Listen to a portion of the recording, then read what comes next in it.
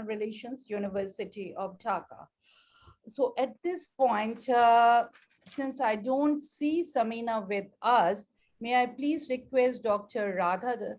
Sri Radha Dattu to take the floor. Radha, let me, before you start off, let me just elaborate a little bit on the format of our discussion. Each speaker would go for 8 minutes in the first round. Then we'll open up for about 10 to 15 minutes for question answers. And then again, we'll come back to the speakers for 8 minutes each if they want to add on, or if they think they have missed out anything in their first deliberation. Radha, we would expect, as I wrote to you earlier also, that you'll be just speaking about the Indian position and the Indian standpoint. And it was widely discussed that India was taken off guard and found itself in a difficult situation vis-a-vis other regional actors at that point of time in August 2021. And where does India stand today? And how does India visualize the future? And these are the different issues that our students as well as other guests would like to hear from you. Yes, over to you, Radha. Thank you. Thank you, Amina. Very happy to be with this August panel and this particular discussion, of course, which is now captured all our thoughts and minds for the last few months. I'll try and follow what you said, that I'll try and look at the Indian position. Clearly, as you just mentioned, the Taliban takeover of Afghanistan was really a strategic shock for India.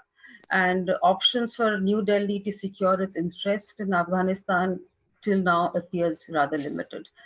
A hostile government in Kabul has clearly several severe implications for India's economic and strategic interest in the region, though of course we know that Taliban has assured India that it won't let Afghan soil be used for anti-Indian activities.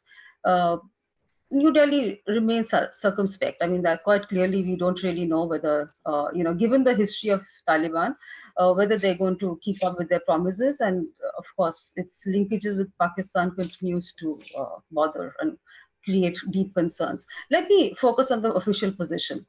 New Delhi does not recognize the Taliban regime. It does not wish to recognize this Taliban as the legitimate government on account of how they took over. I mean, we have serious, again, reservations about that. I think our foreign minister, foreign secretary has been talking about this loud and clear everywhere. B, on account of their own characteristic. I mean, we've known Taliban in a particular way, no matter what narratives are being said about Taliban 2.0 or whatever. For us, Taliban is the entity that we've known over the years. And I think there is a serious reservations about that characteristic. And also, India is pretty clear on the fact that they do not represent the majority of the Afghan people. So, I mean, these are the clear concerns about how, we would not like to recognize Taliban on account of this. But even if I'm setting aside the concerns about Taliban, I think there exist, as I mentioned, further worries about the opportunistic terrorist and extremist groups. I mean, here we of course referring to the Islamic State, the Khorasan province, and the ISIS. And we know how these groups would want to use Taliban and destabilize the region. And I think that's something that's playing on our minds constantly. We've heard a foreign minister articulate the fact that India is talking to several other neighbors of Afghanistan, then in fact a larger international community on the particular Afghan situation. And I think right now, given India's position in the Security Council, many of the debates India is trying to shape, India is also pursuing several debates at the G20. I mean, these are something that's all there in the public domain. India, of course, as we know, is committed to humanitarian aid. I mean, while India has laid down some basic demands about how Afghan soil, as I said, will not be used for terrorism against other countries. But also, India is clear that there is some expectations about the nature of the government that has to be inclusive in some format. I remember Foreign Minister articulating that, something which is considered governance standards in in this day and age. I mean, there has to be some dialogue as to how that can be applied in the Afghan soil at this point of time. So, I mean, clearly the way Indian government sees it, India wishes to see an Afghan-led, Afghan-owned, and an Afghan control process, which essentially amounts to saying that, you know, what is good for Afghanistan should be decided by Afghans and not. I mean, we believe that Taliban is not doing that, does not represent that particular, you know, idea or philosophy. India, of course, has also, you know, tried to draw attention to the fact that the regime change in Kabul was not inclusive and has taken place without any negotiation. And again, it goes without saying that India is very concerned about the sizable presence of Pakistani proxies like Haqqani and other groups. So, I mean, there are clear concerns that the fact that Taliban has for decades been perceived not only in India but elsewhere as the insurgent group, which is a protege of Pakistan.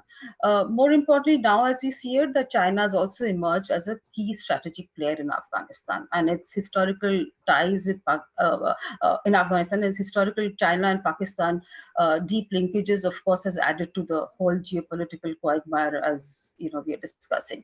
While New Delhi would hope that Taliban's ability to deliver on promises and stand up against the Pakistan's army pressure, which has always been about keeping India out, would be there. But I guess the very strong reservations. We've of course seen that while India clearly does not recognize, it's not that India has not been engaged with Taliban. And I think one of the first meeting was when the ambassador of India to Qatar met with the head of the Taliban's political office in Doha. And recently, you've seen the Moscow consultations that took place amongst 10 nations. Of course, next week we've seen India has invited the Central Asian countries. It's invited China, Iran, Pakistan, of course, on this security dialogue by the National Security Advisor, which is going to be held on November 10th. Russia, of course, is very much part of the process, and we've seen how even Russian NSA was even here in India a couple of weeks ago discussing this situation. But we've, of course, the Pakistan NSA has made enough noise and turned down the invitation. We've not heard from China officially as of yet. But of course, you know, I mean, everybody understands that India over the last 2 decades has spent close to 3 billion in trying to support the economic infrastructure in Afghanistan, whether it's through roads, dams, power line, and whole gamut of other projects that it's done. So there's about 400 plus projects that India has undertaken in all of 34 provinces of Afghanistan, and I think that's something is again a concern that whether we'll be able to keep up with a lot of those projects. That some of them, of course, ongoing. But of course, India's Afghan policy and its success, both in the short term and long term, is thus, always has hinged on the continuation of a non-Taliban government in Afghanistan. It's always been about preventing Afghan soil being used by anti-India terror groups. But again, right now, though we've seen that there is a certain section of Taliban who has communicated and is eager to continue a political and commercial engagement, I think, again, we're really not sure which way it'll go. I mean, right now, while we speak, we've still not been able to, India's happy to support the humanitarian aid, but I think Pakistan's response about sending to the Wagah border remains, there is absolute silence on that. So I think I'm closing in. Let me just say that in the words of the foreign minister that, Afghanistan, in which terrorists have freedom to operate, is a threat to Iran, is a threat to India, is a threat to Pakistan, a threat to every neighbor, not only in and around, but it's really a threat to the world. And I think right now what India wants to do is kind of advocate how we can protect not only Indian interest, but even the neighborhood, and I think the region's interest in terms of ensuring that there is a political, durable political settlement there. And it's important to see how a whole of Afghan people is part of the process. I think right now, as we see it, it's been very, very limited. Do I have more time, or I'll close in here and I can come back with greater detail? But just to say that right now, I think, Taliban legitimacy is, whether internally or externally, has is precarious both ways. And I don't think right now there's any scope of international recognition coming way. And we've also said that we have to see the UN Security Council process being put in place. But again, it's all up in the air. But we've also seen some very strong powers, clearly referring to Pakistan and China, who've given full-on support to this particular regime. And not only the external, but I think the internal scenario is precarious as well. And I don't think, are paying enough attention to what is happening to the, women of Afghanistan, to the children of Afghanistan, the youth. We've seen such crazy images that CNN and BBC had brought to our notice. But suffice to say that India's trying to work together with the neighborhood as well as the region and extra-regional interests to ensure that there's some stability and some legitimacy can be introduced to Afghan soil, where obviously India has a deep interest. I'll close it for here now. Thank you. Thank you so much, Radha. We will come back to you, and I'm sure there will be questions for you as you have raised the legitimacy question. So the legitimacy of the earlier government, that too is maybe will come to the fore, and the rights issue. And, they can be state terrorism also, all these issues, maybe I'm sure this would come to the floor. Thank you for keeping to the time. I don't see Samina Ahmed joining in as yet. So I'll request Ambassador Shamsher Movin Chaudhary to take to the floor, please. Sir, it's all yours. And if you can speak on the Bangladesh's position, and not only the official position that we are aware of, but how do you look at it, and how do you look at the future and the regional dynamics evolving? Thank you, Ambassador Shamsher Movin Chaudhary, it's yours. Thank you. Thank you, Amina Mohsin, for inviting me to this event this evening. I think it's very timely and, of course, indeed very, very topical. It's also extremely relevant because Afghanistan is a SAARC member, is in our neighborhood. So whatever happens there, we need to watch very, very carefully. Now, you have captioned this event as the Afghanistan imbroglio or the Afghanistan crisis. Frankly, I think Afghanistan has been in a state of imbroglio and a state of crisis since the Soviet invasion of 1979. Interestingly, at that time, India's position was not quite the same with many other of the SAARC countries. Most of the SAARC countries are extremely, extremely critical of the Soviet invasion as a matter of principle. You cannot invade a country and set up your government there. India's position was somewhat ambiguous at that time. Now, the issue of recognition or whatever, actually in diplomatic terms, you recognize states, you don't recognize the government. You recognize the state and then decide whether you want to work with the government of the day or not. And that will depend on the legitimacy of the government, its ideological platform. In the case of Afghanistan, I think the issue of recognition or not recognition is dependent, or rather is a contingent more on the ideological stance of the Taliban and not so much as its legitimacy. Because if it was strictly legitimacy, then there is no reason why one should engage with the government in Thailand, which was an outright military coup, totally lacking legitimacy. And more closer to home and more recent is Myanmar. But all of us, I mean, India included, are doing business as usual with Myanmar, Thailand, or with some other countries which have military governments. So in the case of Afghanistan, it is the ideological platform on which Taliban stands. Now, I don't know what the Afghans themselves want to represent. If I recall, after the Taliban walked into Kabul and effectively without any resistance whatsoever, I mean, they were surprised themselves at how easily they walked into Kabul because Ashraf Ghani escaped and left. The captain left the boat before it sank. So then the thing was that they burned down, if you remember, they removed what was known as the Afghanistan flag, traditionally has been known as Afghanistan flag, and replaced it with the Taliban flag, where a script was written there. But if you look at the ongoing cricket T20 series, the flag that is being flown by the Afghanistan team is the original one. So does the Taliban recognize this cricket team or not? Or does this cricket team represent Afghanistan in the rehearsal? So those questions are still very, very murky. So in this backdrop, I think it is quite logical for Bangladesh and I individually look at things is to wait and watch to see how things evolve. Now, we have heard very promising commitments from the Afghan leadership after they took over in Kabul of being different, of being a new Taliban, which was like implicitly saying that the old Taliban was bad and we are different.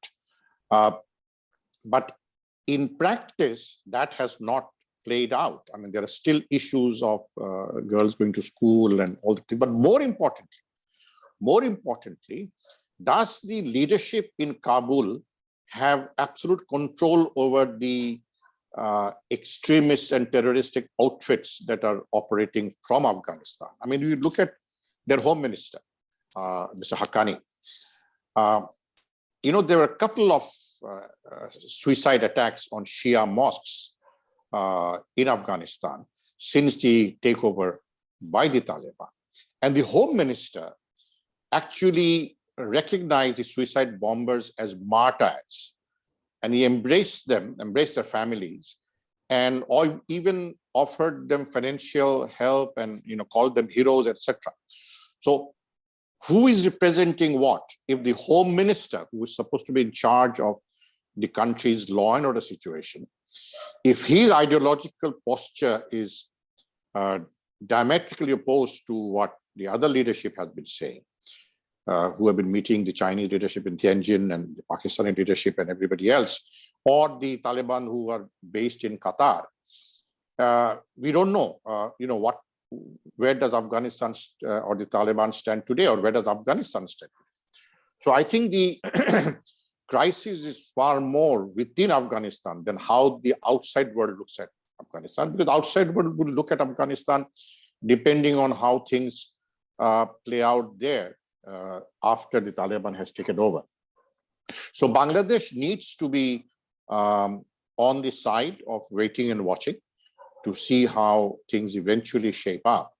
The other factor that with the home minister calling this suicide bombers who are all directly or indirectly IS, or represent the IS quote unquote philosophy or ideology, which I think is extremely toxic. Then what can be the potential impact of extremist groups in Bangladesh? Now, so far we can claim that we have done a good job of keeping extremist or religious-driven extremist forces in control. We are keeping a watch on them. But then, success breeds success. So the extremist group can feel encouraged that if we can humble, or if the Taliban can humble the world's #1 global power, then what stops us from trying to do similar things here in Bangladesh or in the neighborhood? So that is a big concern for Bangladesh. So that has to remain a big concern for Bangladesh. I don't see the average Bangladeshis embracing Taliban or Taliban ideology in one form or the other. I just don't see that happening. We are a far too moderate a country to embrace the Taliban ideology or the philosophy. But, 165 million people, even if 100,000 or 200,000 of them believe in what the Taliban is saying or Taliban is doing, or the Haqqani faction is doing in Afghanistan, then that is enough to create a sense of fright and fear amongst us. So we have to remain very, very watchful on which way Taliban eventually goes. The UN has still not recognized the Taliban representation in this, the Credentials Committee has not done that. Of course, they have also not done that with the Myanmar representative, and that's very justifiable. So we need to watch very, very closely. There's no need to rush. But then the issue of the humanitarian factor remains. We do not contribute, but we have to watch how the humanitarian issue plays out in Afghanistan. I'll stop here now for the moment and maybe come back later. Thanks. Thank you. Thank you so much, Ambassador Chaudhary. You have rightly pointed out that it is more of an ideological issue, which I earlier pointed out during my welcome remarks, that Taliban has in a way thrown a challenge to the ideological paradigm and the way international politics is conducted. So I guess different voices, you know, like new voices of playing international, or new rules of playing international politics maybe would have to be evolved. But this is something that the world would have to reckon with. At this point, let me welcome Dr. Samina Ahmed. As I mentioned earlier, that Samina is a very old friend of ours. And Samina, it is so good to see you. She is currently the Project Director Asia and Senior Advisor Asia at International Crisis Group. And Samina, we would, I don't know if you were able to, you were having some connectivity problems. You sent us a message, but we started off with Dr. Sriratha Datto, who spoke about the legitimacy crisis. And I'm sure you did get to hear Ambassador Shamsher Moin Chaudhary. We would like to, since many of our students are here and it is being live streamed on the Facebook as well, we would like to hear from you Pakistan's position, and how do you see that, how, you know, the current position of Pakistan, and particularly with the TLP thing going on, and the regional politics surrounding the entire gamut of events, and with China also becoming an important player in this entire crisis. So Samina, it is over to you. As I pointed out, you'll be speaking for 8 minutes in the first round, and then we'll open up for 10-15 minutes, and we'll come back to you again for a second round. Thank you very much. Samina, it's over to you. Thank you so very much. And it's such a great pleasure to be amongst old friends and to speak before such a distinguished audience. I don't think I need to set the stage for why the Taliban and how the Taliban came into power. But let me just set the stage in another way, which is, what does it mean for Pakistan in the context of its long-standing relationship with the Taliban? Because that's the context in which we have to understand Pakistani policy towards the de facto government. Clearly, you know, Pakistan was one of 3 countries, as you know, in the 1990s. That was the first Islamic emirate to recognize it. And after the US intervention, the Taliban political and military leadership took sanctuary on Pakistani soil. That relationship, very close relationship, quite obviously has continued after the Taliban takeover, military takeover of the Afghan state, and the setting up of a de facto government. That said, in some ways, the manner in which the Taliban have taken over and the manner in which they're governing, in Pakistani perceptions, is possibly the worst case scenario. You know, Pakistan supported the US Taliban negotiations because it was hopeful that the Taliban would come back to Kabul, would find pathways of returning to Kabul, but in arrangements that would have international legitimacy, and even more important, the economic benefits of that legitimacy. Neither of that has come to pass. The Doha Agreement, there were certain commitments that the Taliban made in return for a firm date for US troop withdrawal. Amongst them, quite obviously, was a power sharing arrangement through political negotiations, or a negotiated settlement, let me say that, of the Afghan crisis, that they would commit themselves to respecting basic rights, not explicitly, but somewhere in the language, but largely to take action against terror groups operating from or based in Afghanistan.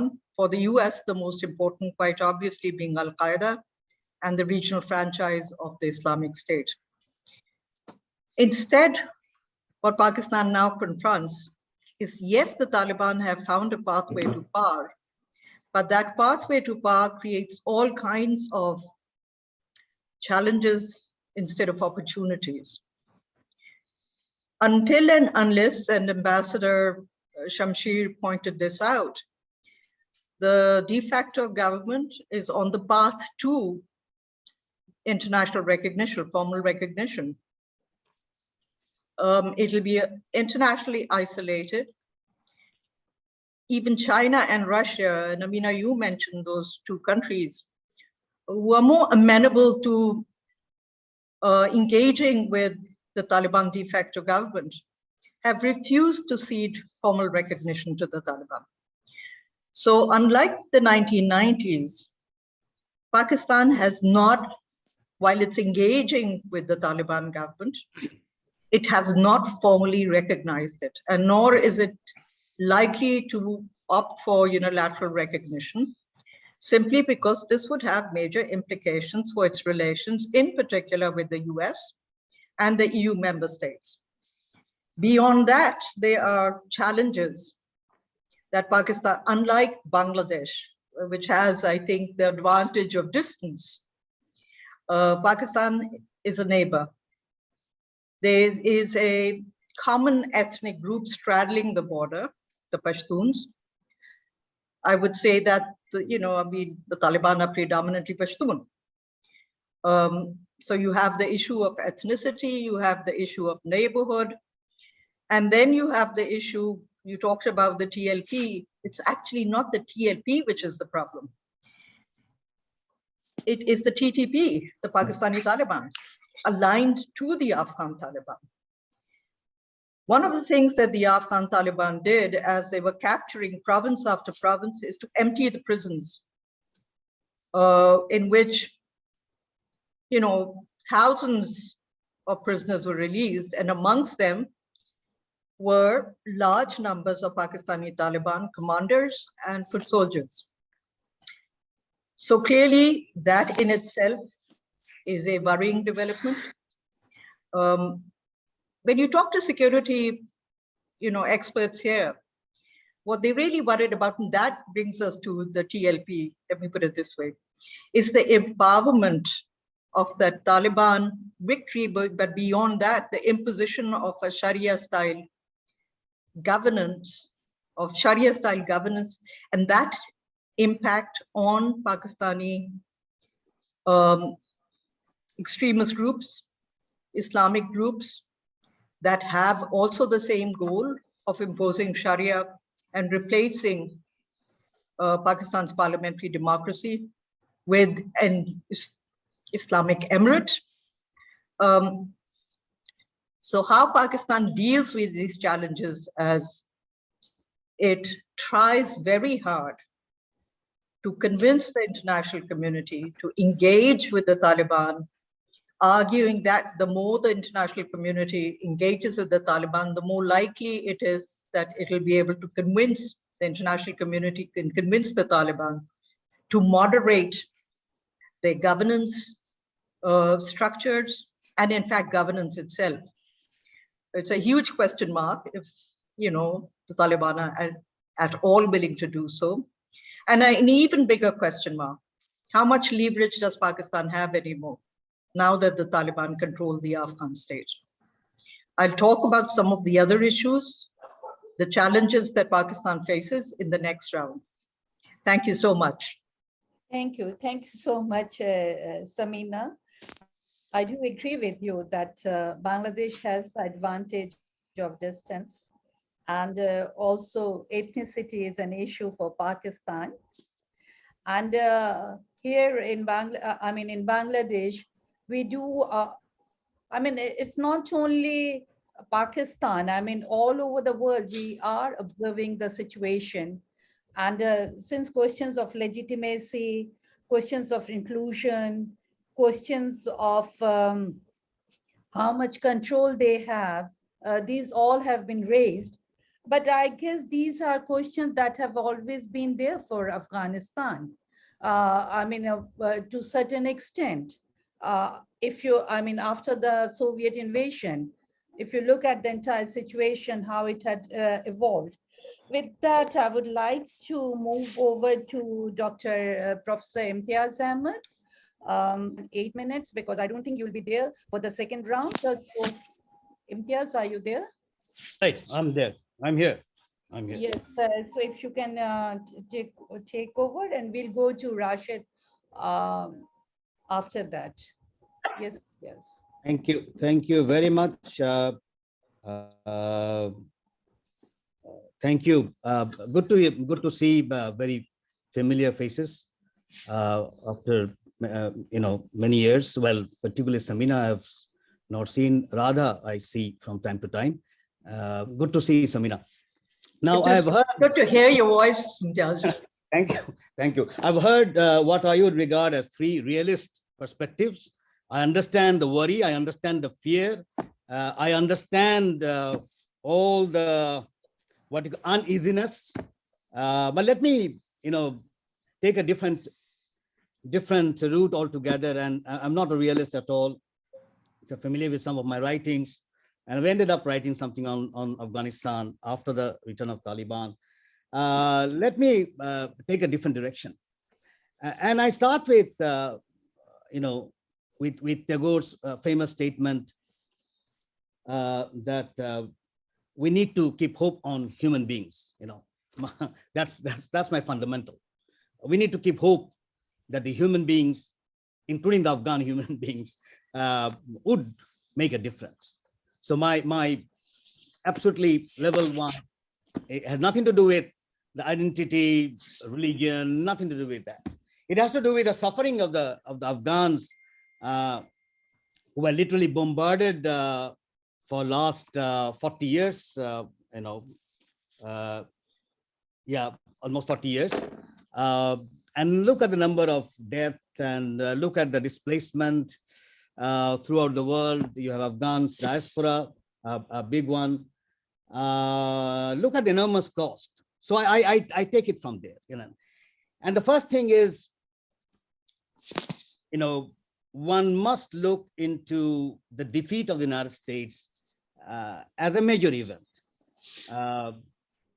And it's more, as big as the Soviet Union's defeat way back. But, probably the United States never thought that it would, leave Afghanistan with a kind of humiliation.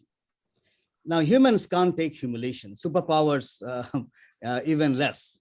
So we need to, in fact, still think how the United States will look at this region where they have invested so much for many years, 20 years, got defeated at a time when geopolitics is changing.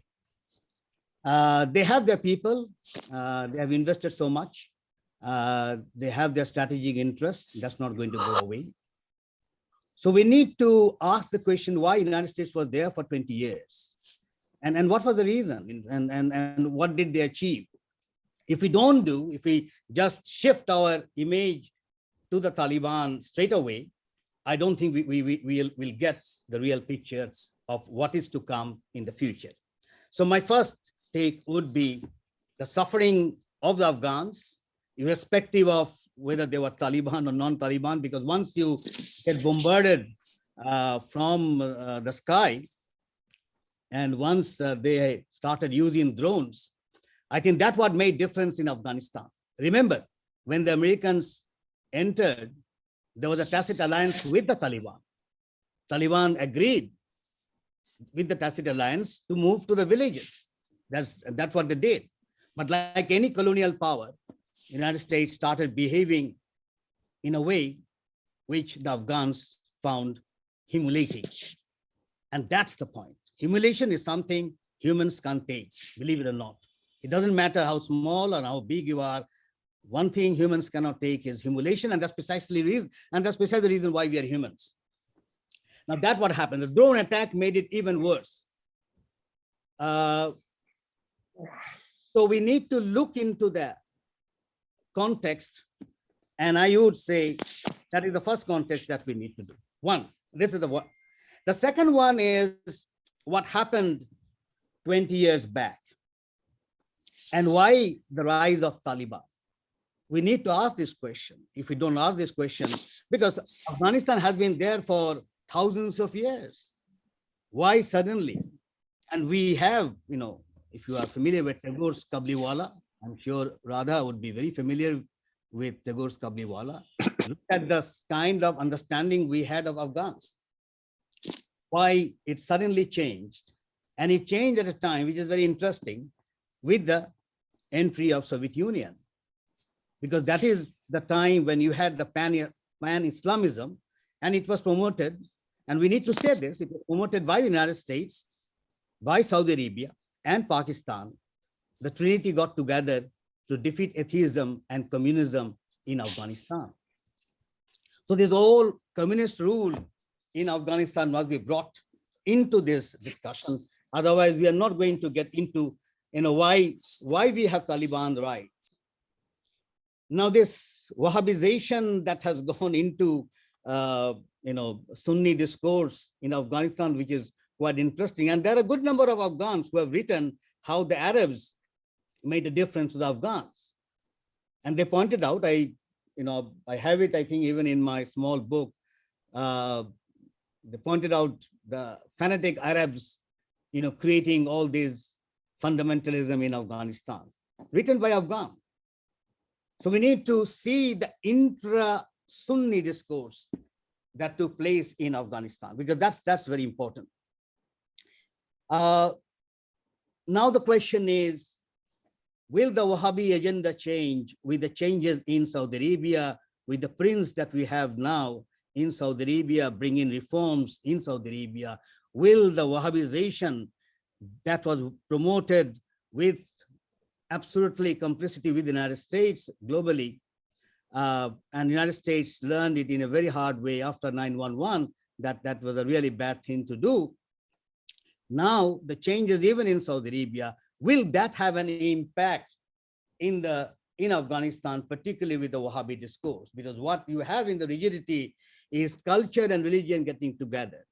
The patriarchy, yes, they had the patriarchy, but the violent patriarchy came with with this fusion with the Wahhabi discourse. So the patriarchy got emboldened with the pan-Islamism. And remember, in the pan-Islamism, they got people from all around the world. Even from Bangladesh, a lot of people went to fight in Afghanistan, but not in the last 20 years. And that is a big question. Why in last 20 years we didn't have any Bangladeshis going to Afghanistan when the Talibans were battered like anything? And the reason is it was not promoted, because even Taliban, I don't think probably would want some help, but that was not promoted. But 20 years back, when the Soviets were there, it was deliberately promoted, and a lot of Bangladeshis ended up, and we know the consequences of what that happened, particularly with Bangladesh. The third thing, I think I'll finish. Good that I'm getting a few more minutes, because I'm really sorry I can't continue after 7. There's an emergency meeting that I have to attend. There's no way I could escape that. So I'm really sorry that I will not be there to listen to the Q&A full of it.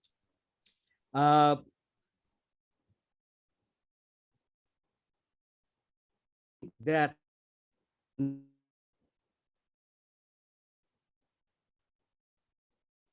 China 20 years back was a different China, and 20 years now, that's the difference. I don't think Afghans need to, even for funds, need to look here and there. They have more options, or the Taliban have more options, and we can see with the the Moscow and earlier some of the dialogues that took place in China, elsewhere. There are new economic partners which can make a difference if they want. So this would be also something that we need to bring, and also the Sino-Russia relationship. The Soviet Union got kicked out from Afghanistan, but look at how Russia is now, almost getting closer to the Taliban discourse, the same Taliban which threw them out. But as I said, you are in a different ball game, in a different politics altogether. So this also would be brought in, ought to be brought in. The fourth one is the Iranian, the card. Now, the Iranian card is a complex one. Yes, there are 9 to 10% Shia in Afghanistan, the Hazaras. But the point is, don't forget, 20 years back, Iran, and now Iran is different. Iran can, in fact, develop its own vaccine during this COVID-19 pandemic. It's not the 20 years back Iran that we have. So the Iran, and if they have a very good relationship with the Taliban, and there are discourses on it, telling that they are trying their best to have an interesting relationship, will that be tolerated by Israel? We should not throw away Israel out of this context, given the conflict in the Middle East between Israel and Iran. So I'm highlighting all this mainly to say that I don't think journey of Taliban would be easy, whatever may be their intention and policies, whether they have changed or not. My hope is that Afghans would change, given that they have suffered so much, 40 years of war, the whole generation, the parents, look at the children.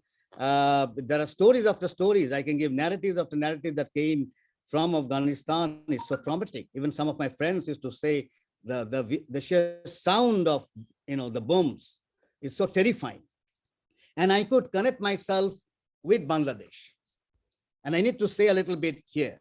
You see, Bangladesh, immediately after 71, a lot of people lost hope. We now have a formidable diaspora globally. Some are former freedom fighters. Most of our elite have sent their children abroad because they did not even dream that Bangladesh would survive the way it has survived. Nobody even thought that Bangladesh could do better economically, even from its, from the Pakistan from where we got separated. Nobody thought that we would make a difference, 50 years after. So I see, the problems because, immediately after, look at Bangladesh, how it suffered. Look at the tragedy that it happened. Even the father of the nation's whole family was killed. It was not easy for Bangladesh to be where we are at this stage, and I can go on and on. So my all not going to be the Afghans stable, Afghanistan stable. There are too many interest groups vying for it. My hope only is that humans will change. And I think, and this is already Radha pointed out, the November 10th meeting that Delhi has called, where they have invited the Taliban.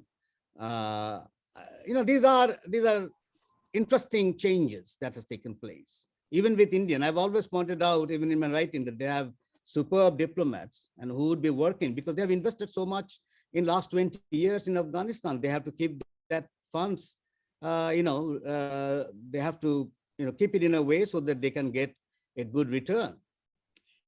So let's see the brighter side. I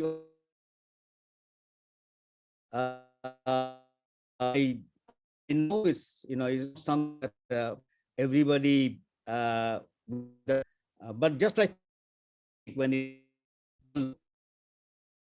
lot of people, even some of us, we thought, no, I think we survived.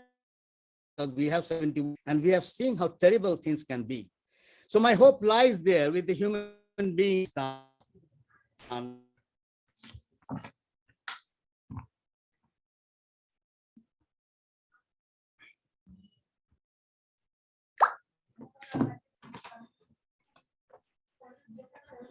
Have we lost him? I think so, madam. I think sorry, is disconnected. Okay, well, as it is, Imtiaz has to leave. So we can see that the plateau has widened, and Imtiaz did talk about this. Sorry, is back, madam. Is he back? Is back, madam? Yes. Imtiaz, are you there? Yeah, I'm sorry that I got disconnected, but I'm done. I've finished my thing. You know, my hope lies with the common Afghans. Hopefully, it will make a difference. We need to see. This is an interesting time. So I still have my hope on absolutely common human beings who have suffered so much for 40 years. Let's see what happens. But thank you very much. I'm really sorry. I can't continue. I will be in well, another 5 minutes or so, but then I have to leave. There's an emergency meeting I was called in, so I just can't stay. But thank you very much. I'm sure the discussion will be, very interesting. Thank you. Thank you. Thank you, Imtiaz, for being with us, despite your extremely busy schedule. I will quickly move over to Professor Rashiduzzaman, so that at least Imtiaz can be there for a while to listen to him. Rashid, it is yours. Thank you, madam. Unlike others, I have a small PowerPoint presentation. So if I can request the audience to bear with me.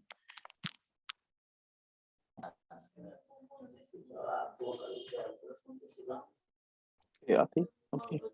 So thank you. Good evening, everyone, and it's a pleasure to come here and speak on the Afghan imbroglio. So what I'll do is the speakers who have come before me, they've already talked about most of the things I wanted to say, but of course, that is very natural.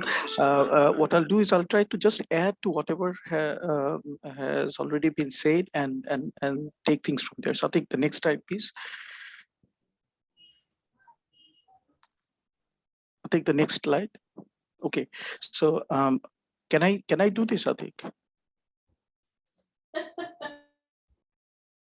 Okay, so a map of Afghanistan, just to set the context, because I have been asked to speak on Afghanistan and its neighbors, the regional implications. So as we can see, we all know Pakistan is here, we have Iran, we have the Central Asian republics, and of course, Russia just behind that. So I'll take the next slide, please.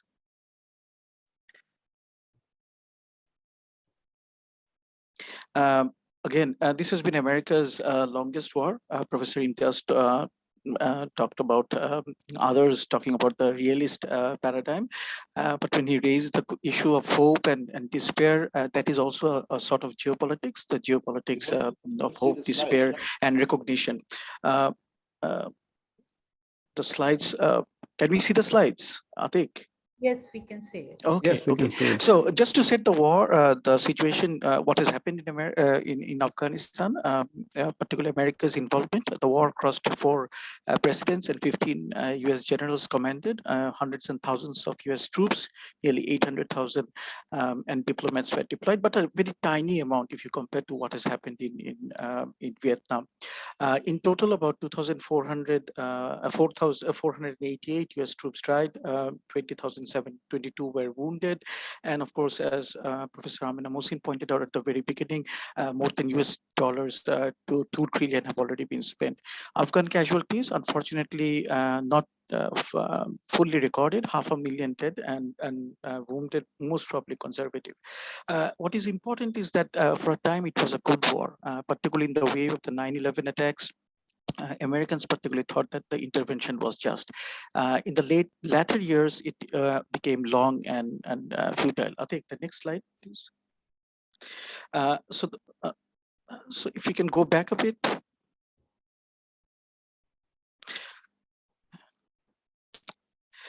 So in the course of the war, Afghanistan particularly witnessed a wide-ranging changes, both political and social. Again, the scholars who came before me, they've already highlighted this. Foreign assistance paved roads, open schools, granted women greater rights. Mobile phones particularly spread like wildfire. Life expectancy rose from 56 to 65 years between 2001 to 2018. Perhaps the biggest social change was the acceleration of urbanization, with millions migrating to the cities, Jalalabad, Kandahar, Mazar-e Sharif, and Herat. Kabul swelled to about 5 million people. With urban growth came a new group of young, educated people. I'll take the next slide, please. So in spite of all these advances, why did the war turn out to be an unwinnable war? Well, there are a couple of reasons. So number one, venality and mistreatment practiced by the powers that be. So we have already heard about the widespread corruption which was there, and then of course the abuse of power which took place in Afghanistan. From the American side, usually with power comes hubris, and hubris is of course followed by nemesis, the twin sisters. So hubris particularly clouded the American strategic judgment. There was a time, particularly after 2001, when the Taliban were willing to sit down with the Americans. They were willing to concede to power sharing agreement, particularly after the Americans have pushed them out of Afghanistan. But President George Bush, Donald Rumsfeld, Dick Cheney, none of them were willing to listen to the Taliban under any circumstances. So you have this whole strategic misjudgment, because even in defeat, the enemy has to be accommodated in some way or another, if you remember what Kautilya pointed out long ago. And the important issue, I mean, we have all talked about the problem in Afghanistan. Another important issue is, of course, the issue of military cohesion. Now, military cohesion is the capacity of a country's armed forces which should have the ability, and determination, flexibility on the battlefield, while resisting internal pressures to collapse, when the likelihood of winning a war diminishes. So in Afghanistan, as the strategic situation changed, the Taliban never really gave up the hope that they're going to come back one day. So between 2001 to 2005, yes, the Taliban were on the back foot, but of course, the military cohesion which is there, that was present as far as the Taliban were concerned. The same wasn't present on the Afghan side. I think the next slide, please. So cohesion reflects not only tenacity in battlefield, but also the ability of a nation's military to hold together a coherent fighting force, even as the chances of victory in a war decrease. So two variables are very, very important whenever we talk about the cohesion of armed forces. One is the degree of regime control over a society, and of course the degree of autonomy the armed forces possess to train for war fighting. And on the basis of this, so in other words, the government has to offer something to the people, and the people have to believe in that. And of course, there should be the coercive ability of the government to ensure that even if people do not believe it, they cannot back out. And at the same time, the military also has to have the ability to function properly in the battlefield. Now, based on this, Jason Castillo tells us that usually four types of armed forces are identified: messianic militaries, authoritarian militaries, professional militaries, and apathetic militaries. Unfortunately, in spite of the fact that 66,000 Afghan troops died, and I respect the sacrifice they have made, unfortunately, the Afghan military turned out to be an apathetic military. As far as America is concerned, yes, it is a professional military, but the problem with the professional military is that, yes, its performance on the battlefield can be very good, but if it does not have the necessary political support back home, this army eventually cannot fight. And that is exactly what has happened in Afghanistan vis-a-vis America's involvement. And this is not something which Joe Biden has done, ladies and gentlemen. Let me remind you, this is something which has happened long before. So President Obama thought about that.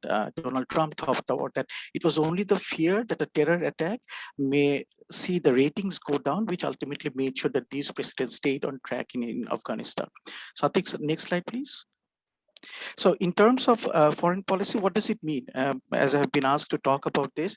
So in terms of foreign policy, Afghanistan convinced America to shut down long-scale interventions. After 2011, American foreign policy ambitions have receded, and this whole idea of building democracies and changing regimes have fallen dead. By 2016, the US military was trying to focus on large-scale war innovation, particularly, one of the speakers have already pointed this out, with the change in geopolitics, with the rise of Russia and China, and these being seen as rising threats in the 2017 famous National Security Council strategy paper, which recognized that America's military edge was dulling. So America decided that it is time to focus on its increasing its conventional military might and not get in these, if I'm allowed to use the word, Bush wars in different parts of the world. Coronavirus again played a very important role. So coronavirus was a new threat and ushered in a new depression of unknown depths. And as Joe Biden pointed out, that we went to Afghanistan because of a horrific war that happened 20 years ago. That cannot explain why we should remain now. I think the next slide, please.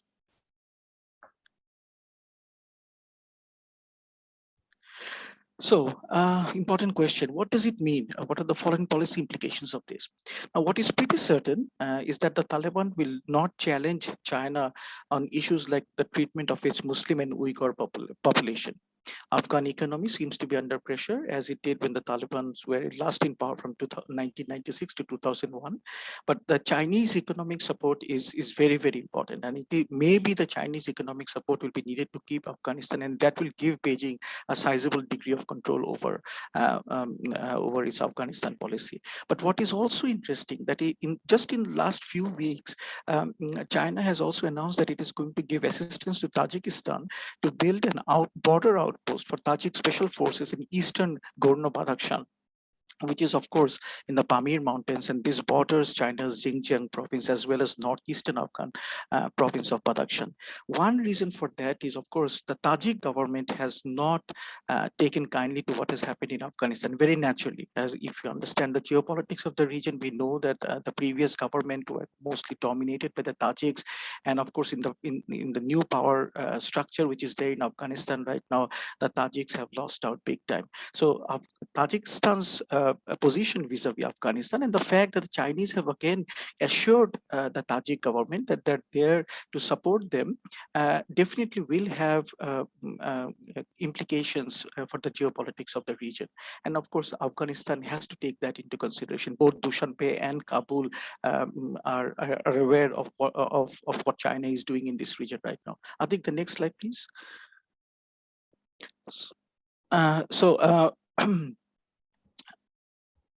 Okay, so the second question is, which is again very important, is of course the issue of Iran. Very, very important. What we should understand is that what happened again 20 years back and what is happening right now are totally two different things. Over the years, Tehran has kept ties with the Taliban in spite of Taliban's previous record vis-a-vis the Shia population. And of course, the fear for Iran is that the Sunni extremist Taliban, they can do something again vis-a-vis the Shia population. Tehran is also concerned about the potential spike in narcotics trafficking across the porous 572-mile border between the two countries. Another very important issue, and again, India is involved over here, is that, of course, the whole Chabahar port, which is in the southern part of Afghanistan. The whole objective of this was to use Afghanistan as a gateway to Central Asia. But right now, with the Taliban taking power in Afghanistan, that has been put to a hold. And of course, this means that Afghanistan's broader potential as a gateway to Central Asia is on the freezer for the time being. I'll take the next slide, please. So before the fall of the, but of course Tehran is concerned because before the fall of Kabul, the insurgents had already managed to capture most of the border crossings with Iran, as well as the capital of all the three provinces which are neighbor to Iran, that is Herat, Farah, and Nimruz. Iran was forced to shut down its borders with Afghanistan, and of course this had an impact on border trade, which is currently worth about $2 billion. Iran Iran, nonetheless, is likely to keep its military options open vis-a-vis the Taliban in case its relations got sour. So what is happening right now is that Iran hasn't, as I said, I mean, Iran has kept its doors open, has kept the communication links open with the Taliban. But of course, this doesn't mean that this is going to be there forever. If bad things happen to the Shiite population, of course, Iran may take up that option. Another important issue, and I think this is going to come up in the discussion which will follow our presentation, is the whole issue of the Islamic State Khorasan, and what does it mean? Because already we have seen the number of attacks. If I can just cite the statistics, 77 attacks were launched in the first 4 months of 2001, which is an increase from 21 in the same period last year. So it will be very difficult for the Taliban to have full control over the ISK. And of course, the ISK may attract young Taliban recruits who are not happy, who may not turn out to be happy with the way if the Taliban government adopt a moderate position. So there is a sort of a catch-22 situation as far as the Taliban are concerned vis-a-vis ISK. I think the next slide, please. Rashid, we have another round. Would you like to? Madam, I'll just stop. So my time is also, this is the last slide. I think the last slide, please. So I end with a quotation of John Maynard Keynes. We all know that he said that in the long run, we are all dead. But what we have forgotten is that in 1942, Keynes went back and somewhat changed his prophecy. And he said that in the long run, almost anything is possible. So I think the same also applies for what is going on in Afghanistan right now. So the future is open, and it will be interesting to see how things turn out in the days ahead. So thank you very much, ladies and gentlemen, for listening. Thank you. Thank you so much, Rashid, for bringing in the ISIS question and spanning it out to within the regional context. We will open up the floor for question answers now. And my colleague and member of the General Committee, Professor Dr.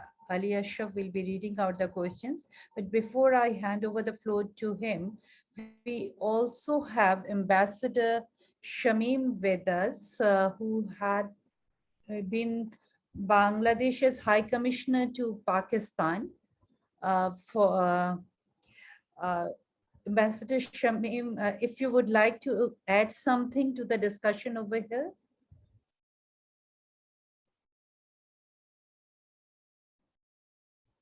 Shamim bhai, would you like to say something? You have to unmute yourself, Ambassador. Can I be heard? Yes. Yes, we can hear you. Yeah, not at this point, maybe later. Thank you. Okay, but we would like you to intervene at some point. Thank you so much. Yes, Ashraf, if you can go ahead with the questions.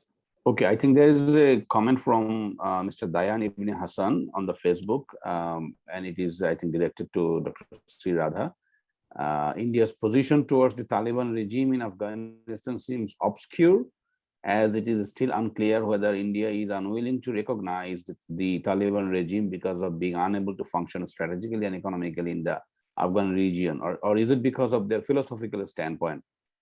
I think that is the comment. And then then the audience also added that a question can still be raised about India's possibility to support the Taliban regime in future if a ground of cooperation can be found out, as Ambassador Shamsur Mobin Chowdhury has mentioned. We also have a question on the chat box. I can see there is right. There is a question from I don't know the name. It is Oppo A3 ID. A question for Honorable Ambassador Shamsur Mobin Chowdhury. Why has international community shied away from calling out Pakistan's role in fomenting conflict in Afghanistan? That's a question for Ambassador Shamsur Mobin Chowdhury. And then there is a question for Rashid sir from Mr. Shariful Islam. How do you see the role of SAARC in addressing the Afghan crisis? We can see a question from Mansoura Amdad, lecturer of international relations at Bangladesh University of Professionals. And her question is to Dr. Rashid Zaman sir. How do you how would the issue of top-down military cohesion play out in the context of a bottom-up societal dimension of war in light of the Afghan reality of tribal fragmentation? And Dr. Niloy Ranjan Bishwas has a question. Can Afghanistan ever, I think this question is open to all the speakers maybe. Can Afghanistan ever consider and sustain an approach of a modern, consolidated and a single nation state? What is the way out that the Afghans may consider? Qazi Fariha Iqbal has a question for Dr. Sri Radha. And the question is, how does India observe the position of Russia regarding the ongoing speculation of removing Taliban from Russia's terrorist list? There is a question from Mr. Qazi Fahim Ahmed. It's not specified who will be responding to this, but I think it applies to anyone. It's a question of the panel. Knowing the fact that the Taliban can of control in Pakistan, help the Taliban toppling the Ghani government. That was the question so far. I guess the last question. Okay, I think all of the speakers are covered. Yes, the last question was for Samina. Right. Yes. If Radha, if you start.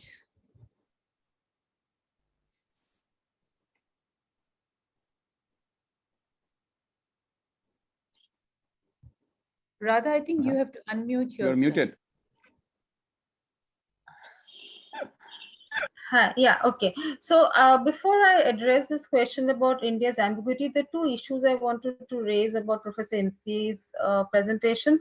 One is that India has not called the Taliban for this meeting on 10th November. It's the Central Asian states, it's Iran, it's China, it's Pakistan, and Russia, of course. And also the point he talked, and this is, you know, most of us who are familiar with Professor Imti's writing and his philosophy, I completely agree about this bit about it's all about the people. But that's exactly the point that India has, that Taliban does not represent the large Afghanistan population's views or philosophy. And that is why we are very, very hesitant to recognize Taliban. Okay, so I don't think there is any ambiguity in India's position that we are not going to recognize Taliban, because we do not believe that a state recognition would mean recognition of terrorism. Recognition of acceptance of human rights violation. I mean, I think there is absolutely no ambiguity on that. For us, it also means that we are recognizing the fact that a neighboring state has meddled in other countries' domestic affairs and, you know, allowed for violation of international laws and any other forms of international norms. I think there is no ambiguity in that. And also, most importantly for India, recognition of Taliban would also offer how should I say, an attractive space for other terrorist groups across the world. I mean, you know, this is giving them a handle to say that if they, with their might, can topple the governments, they're likely to get international recognition. So we are pretty clear on this. There is no ambiguity. The only problem here is that, you know, given the fact that, as I mentioned, the number of projects we've been invested in, capacity building in Afghanistan over decades. I mean, the kind of infrastructure, development that you've done, I don't think any other international state has done in Afghanistan. So at this point of time, we don't want to give an impression to anyone in Afghanistan that we are leaving them behind. Of course, it's not necessarily everything's altruistic. We want to support and we want to ensure that all the projects that have been completed are ongoing, and we are in a position to actually continue with them. But the point is that every project is actually delivering to the Afghan people. And we don't think that Afghanistan right now, the Taliban regime is in a position to do any such thing. Also, economically, if you look at it, I mean, there are crevices they're actually staying in. So in terms of economic engagement, trade and commerce, India comes in very strongly. I mean, who's going to buy any of the products from Afghanistan? Look at the trade. We will have to come in there. So I'm just saying, for India, while we do not recognize Taliban, and the point again of this being part of the, the Moscow format, part of this November 10th NSA meeting, is to ensure that how every other power who's invested in the goodwill of Afghanistan can find a modus vivendi. there is no ambiguity. I'm quite clear about it, that we do not want to recognize Taliban because we do not believe it represents the views and position of the larger Afghanistan. Right now, they're scared to death. I mean, we've seen, what they've done. I mean, the kind of, I think recently, where was this? I was that they held an official parade of suicide bombers. Praising them on TV. I mean, which decent government does that? I mean, they are celebrating and rewarding suicide bombers. I mean, is that acceptable any which way? So I mean, these are something that we'll have to. So the whole point is, as I said, we were hoping that through the Wagah border our trade would continue. We of course used to have an air corridor with them, and they have said that they want to continue. But as I speak today, I don't think we've been able to do that.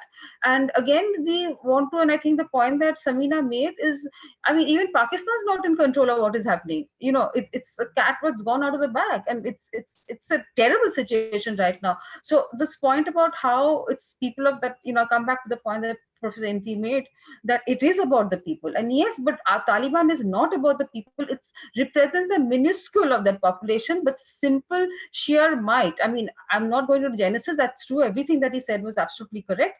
But the point is that they, through sheer power and force, and the fact that all the weapons are in there, with them, and the kind of support Pakistan has lent, they've come to this ridiculously forcible position where they're kind of dominating over a larger population who do not want them to be there. So we are trying to work out a modus vivendi where we ensure the people of Afghanistan are not ignored, or at least some semblance of life and order can be made for them. I'll come back in the next round. Thank you, Radha. Ambassador Shamsher Mubin Chaudhry.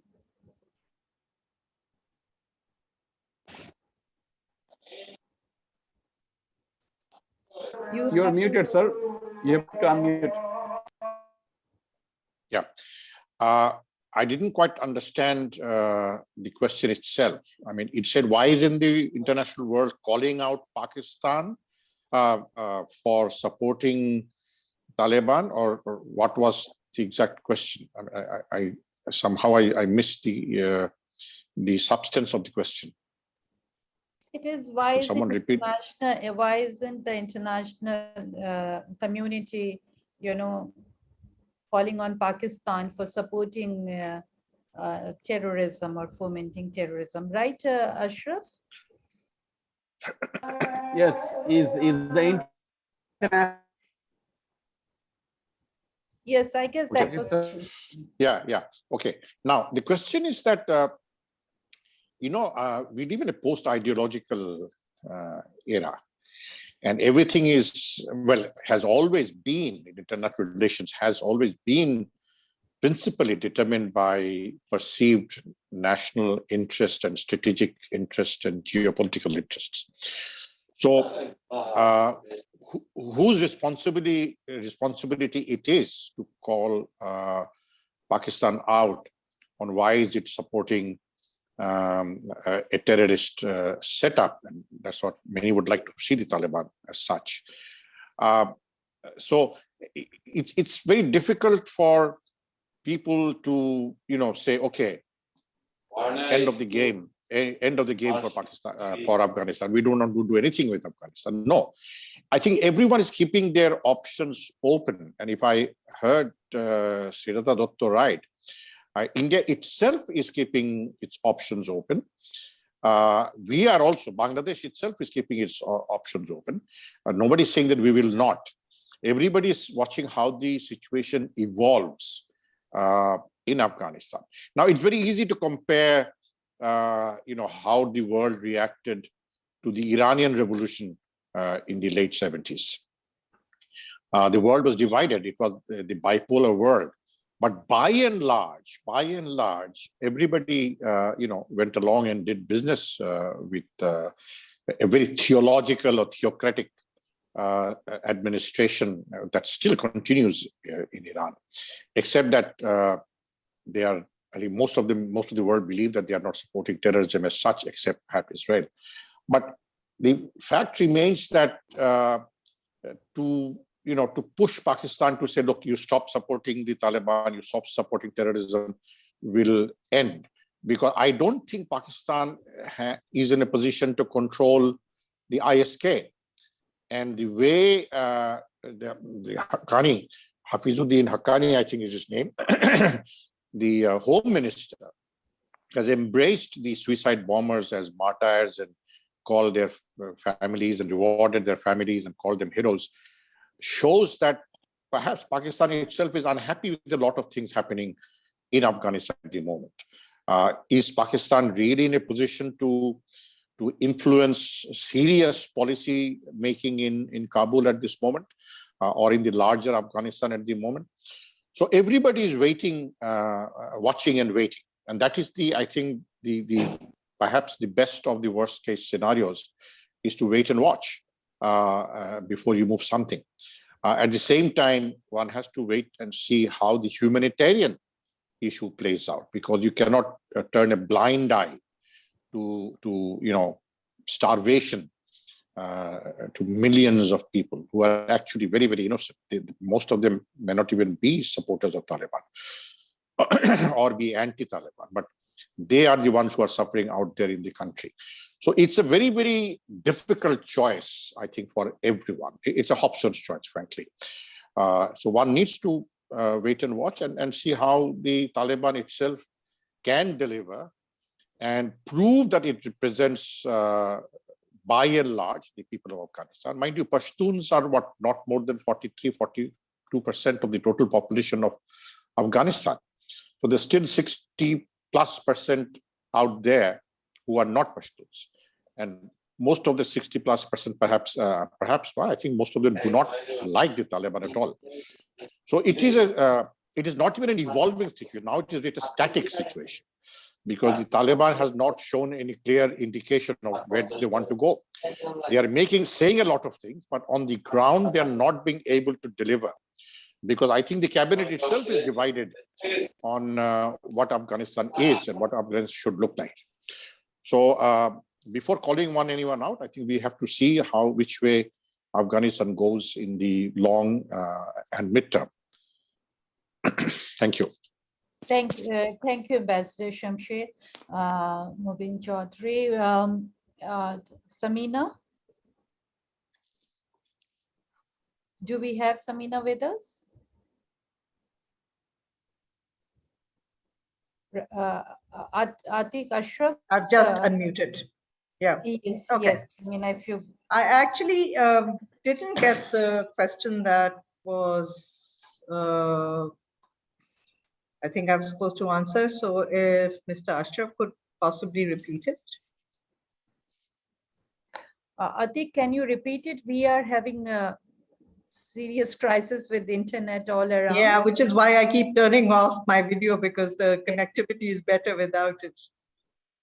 But in any case, let me just say this. I think that Ambassador Chaudhry was absolutely right in saying that where the situation is. First of all, let me just say this.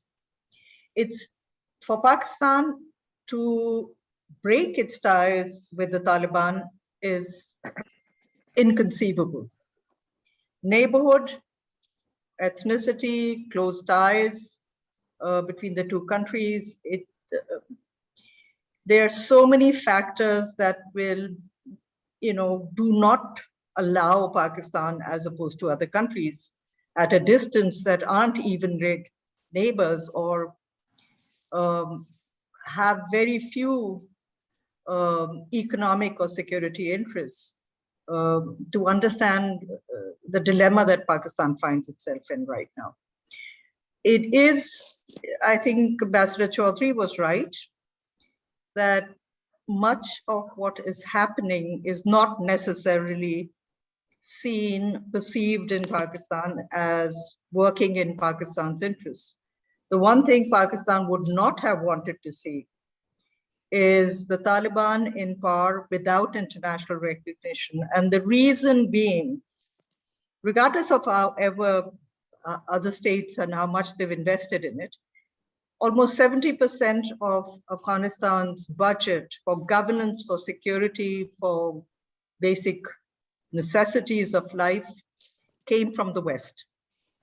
The lack of recognition means that Afghanistan has been deprived of essential economic assistance. This is not to say that the West doesn't understand the importance of addressing the humanitarian crisis. And in fact, the US is right now the biggest donor in terms of providing humanitarian assistance. What Western countries are saying is we won't provide it to the Taliban. We'll provide it through UN agencies, through civil society actors, to the people who need it most, the Afghan people. How does that work out is another issue. So clearly, again, Ambassador Chaudhry's point, a certain degree of engagement with the Taliban is important if you even have to deliver that assistance to make sure that people don't die of hunger, that basic health services work. I've just seen a report that UNICEF intends to provide salaries directly to officials, health officials, for example, to make sure that the health sector continues to function. There are other, I think, challenges that Pakistan faces that I'll discuss a bit later, but I do think that the position Pakistan is in right now, it lacks the leverage it had when the Taliban were based in Pakistan, at least Pakistan, the Taliban leadership was based in Pakistan. And yet it has to deal with the consequences of the crisis within Afghanistan as a near neighbor. Thank you. Thank you, Sabina. But the question for you was, what could discourage Pakistan from interfering in Afghanistan's internal affairs? Will Pakistan's strategy to help legitimize Taliban boomerang and hurt Pakistan in turn? You can agree with the question or disagree. I think I actually, to some extent, answered it. That will Pakistan stop interfering in Afghanistan's internal affairs? You know, for Pakistan, Afghanistan is its backyard. It falls under, in Pakistani perceptions, its sphere of influence. And so it would want to see a friendly regime there. It would want to see stability in Afghanistan because it rebounds on Pakistan if there's instability. And yet it has to play this balancing act, which is if it supports the Taliban openly, for example, by formally recognizing that regime, that would rebound on its relations with the United States, with the European member states. It can't afford to do that. Can it break its ties with the Taliban? It can't afford to do that either. So it is between two stools, you know, I mean, it cannot disengage from Afghanistan. And yet engagement has a cost.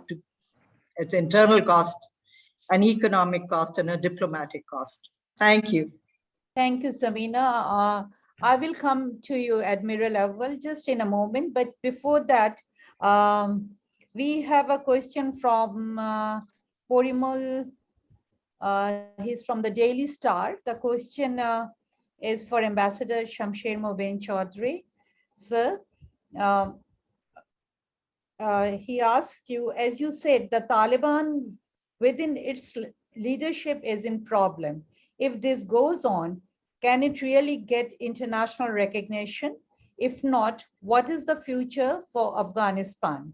This is the question for you, Ambassador Shamsher Mobeen Chaudhry from Daily Star. Are you there? Is he there? Okay, if he is not there, maybe we can, Admiral Awal has raised his hand. Yes, if you can ask the question. Yeah. Thank you very much. Can you hear me? Yes, we can. Okay, thank you. My question is directed to Professor Rashiduzzaman. This is regarding the, related to the earlier question about the recognition of the interim Taliban government. What I think is the Taliban is now caught in between a rock and a hard place. On one side, it has to get the recognition, international recognition, where it is mainly the US-led embargo, where the USA has clearly mentioned that while Sirajuddin Haqqani type people are, they're in the government, so the recognition doesn't come. So unless there is a change of policy, moderation, that's not going to impress the international community. On the other hand, if it goes for moderation, if it tries to, get away from the hard radicalized position, then I think the biggest challenge is from the ISIS-K. With the 77 attack and the last attack of November 2 in the biggest military hospital in Kabul, I think they are showing their strength. Now, if they want to moderate, then the hardliners within Taliban, they will have a difficulty, and they may even become the ISIS-K recruit. So, in this context, what do you think about the ISIS-K versus Taliban conflict that is ongoing? How it is going to influence the future discourse of Taliban government recognition and also the overall stability of Afghanistan? Thank you. Thank you, Admiral Awal, for always being with us and supporting us. Thank you so much. Thank you, Madam. Rashid, it is over to you. Thank you, Madam. Thank you, Admiral Awal, for the very interesting question. And as you have rightly pointed out, as far as the Taliban is concerned, this is really a very difficult situation because, as I mentioned in my presentation, and this has been going on for quite some time now, the fact that ISK and Taliban fought it out even before the Taliban took over Kabul in 2021, it's a fact. And it also is a fact that that if the present situation continues and the Taliban backtracks on its agenda, this is going to maybe this is going to drive away the young recruits into the arms of the ISK. So I think the West needs to take this into consideration. Also, another thing is that a much more bigger geopolitical game is on right now. If you look at what is happening with regard to China, with regard to Russia, this is something which we also have to take into consideration. If I can use the Vietnam analogy, maybe I may be wrong, but of course, history is there to provide us some lessons. When Vietnam fell, the whole world thought that the dominoes are going to fall all over Southeast Asia. But it did not happen. Rather, if you look today, nearly 45 years later, Vietnam has turned out to be one of the strong allies of United States. And of course, this whole balancing act against China as it is being played out, Vietnam is playing an important role over there. So right now, I think that it is too early to predict about what is really going to happen in Afghanistan. And given the nature of international politics, I don't think I'll be very surprised if at some point of time some sort of adjustment compromises are made with what is going on vis-a-vis the Taliban government. This is what diplomacy is all about. This is what politics is all about, and we have to remember this, given in spite of the fact that whether we like a particular type of regime or not. Again, as Ambassador Shamsher Mubin Chaudhry pointed out, think of the Iranian government after 1979 and think how global politics played out. So I think that this is something which needs to be taken into consideration. I was asked about the issue of SAARC playing a role in this. Unfortunately, I do not see SAARC playing any role whatsoever in this particular context. With regard to the other question about military cohesion, I'll stop here for the time being, and hopefully when I come back, I shall try to answer that question. Thank you. Thank you, Rashid. There was a question from the Daily Star for Ambassador Shamsher Mubin Chaudhry.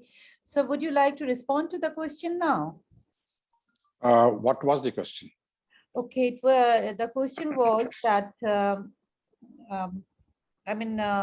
Porimol is quoting you that, sir, you said the Taliban, the Taliban has problem within its own leadership. If this goes on, can it really get international recognition? If not, what is the future of Afghanistan? Well, I think the future is almost impossible to predict in a situation where things are still murky.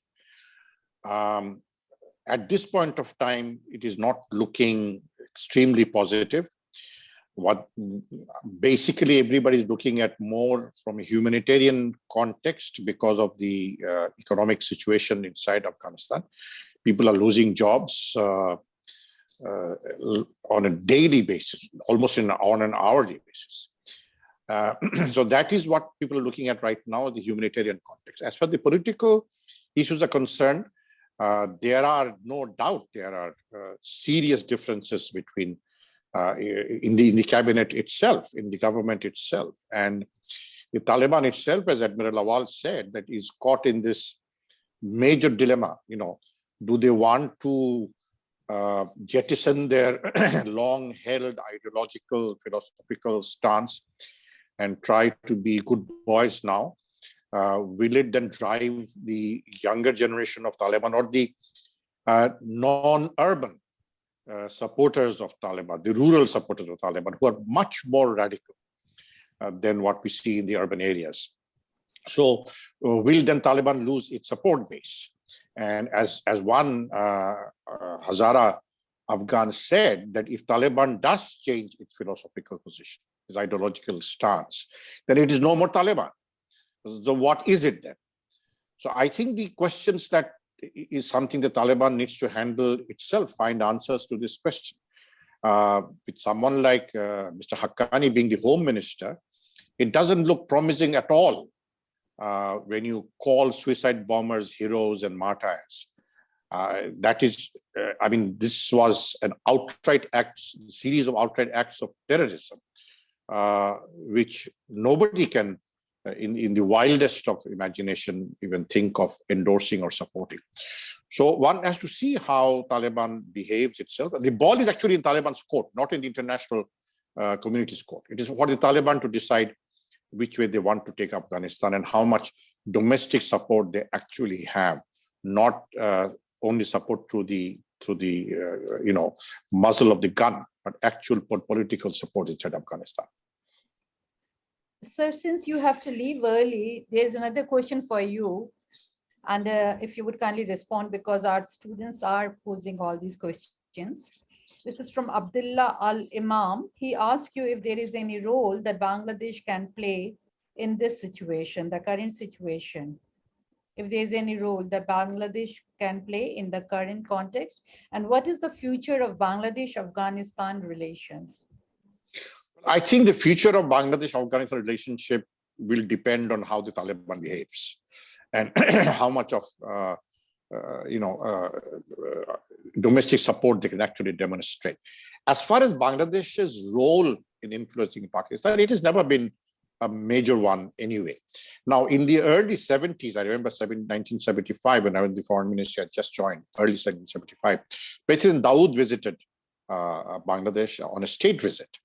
And Prime Minister Bangabandhu Sheikh Mujibur Rahman, and the meetings went off extremely warm because there was an ideological convergence, which was more of a progressive outlook to the respective countries themselves and to the outside world.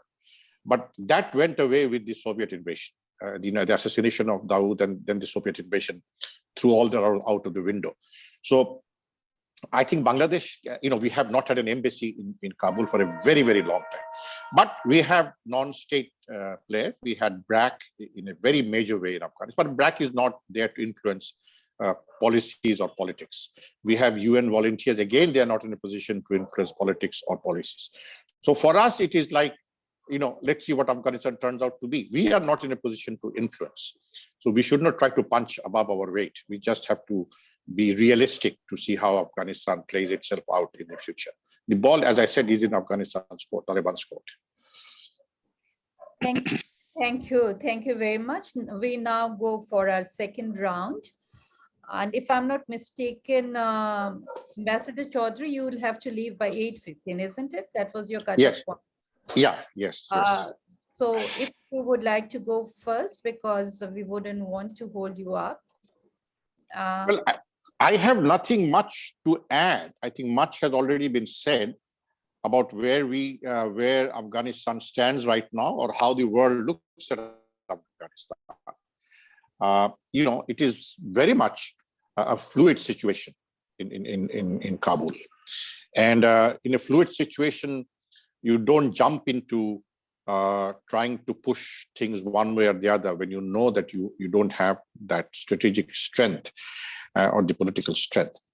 I mean, interesting that Pakistan has not pushed too hard for recognizing the Taliban government. They would like to see something happen. It itself has stopped short. I think Samina will vouch on that. At the UN General Assembly, there's a traditional practice of having a SAARC foreign ministers meeting on the sidelines of the UN General Assembly. Now, this time when the meeting was called, Pakistan wanted that Afghanistan be represented by Taliban representative, which I thought was in a way bizarre, because the UN Credential Committee itself had not recognized the Taliban representative. So how could the Taliban representative in New York come and say that I represent Afghanistan? So that's why the SAARC foreign minister meeting was not held. Now, of course, SAARC's present position, thanks to the major players among the members, is really very, very weak right now. I hope that everybody would have taken the message that our Prime Minister had said on 26th of March this year, when she called upon all South Asian countries to overcome past differences. And this is a very, very loaded comment that the Prime Minister had made, that to overcome past differences and work hand in hand for a peaceful and prosperous South Asia. This was before Taliban takeover of Kabul. Since then, of course, the dynamics have changed enormously.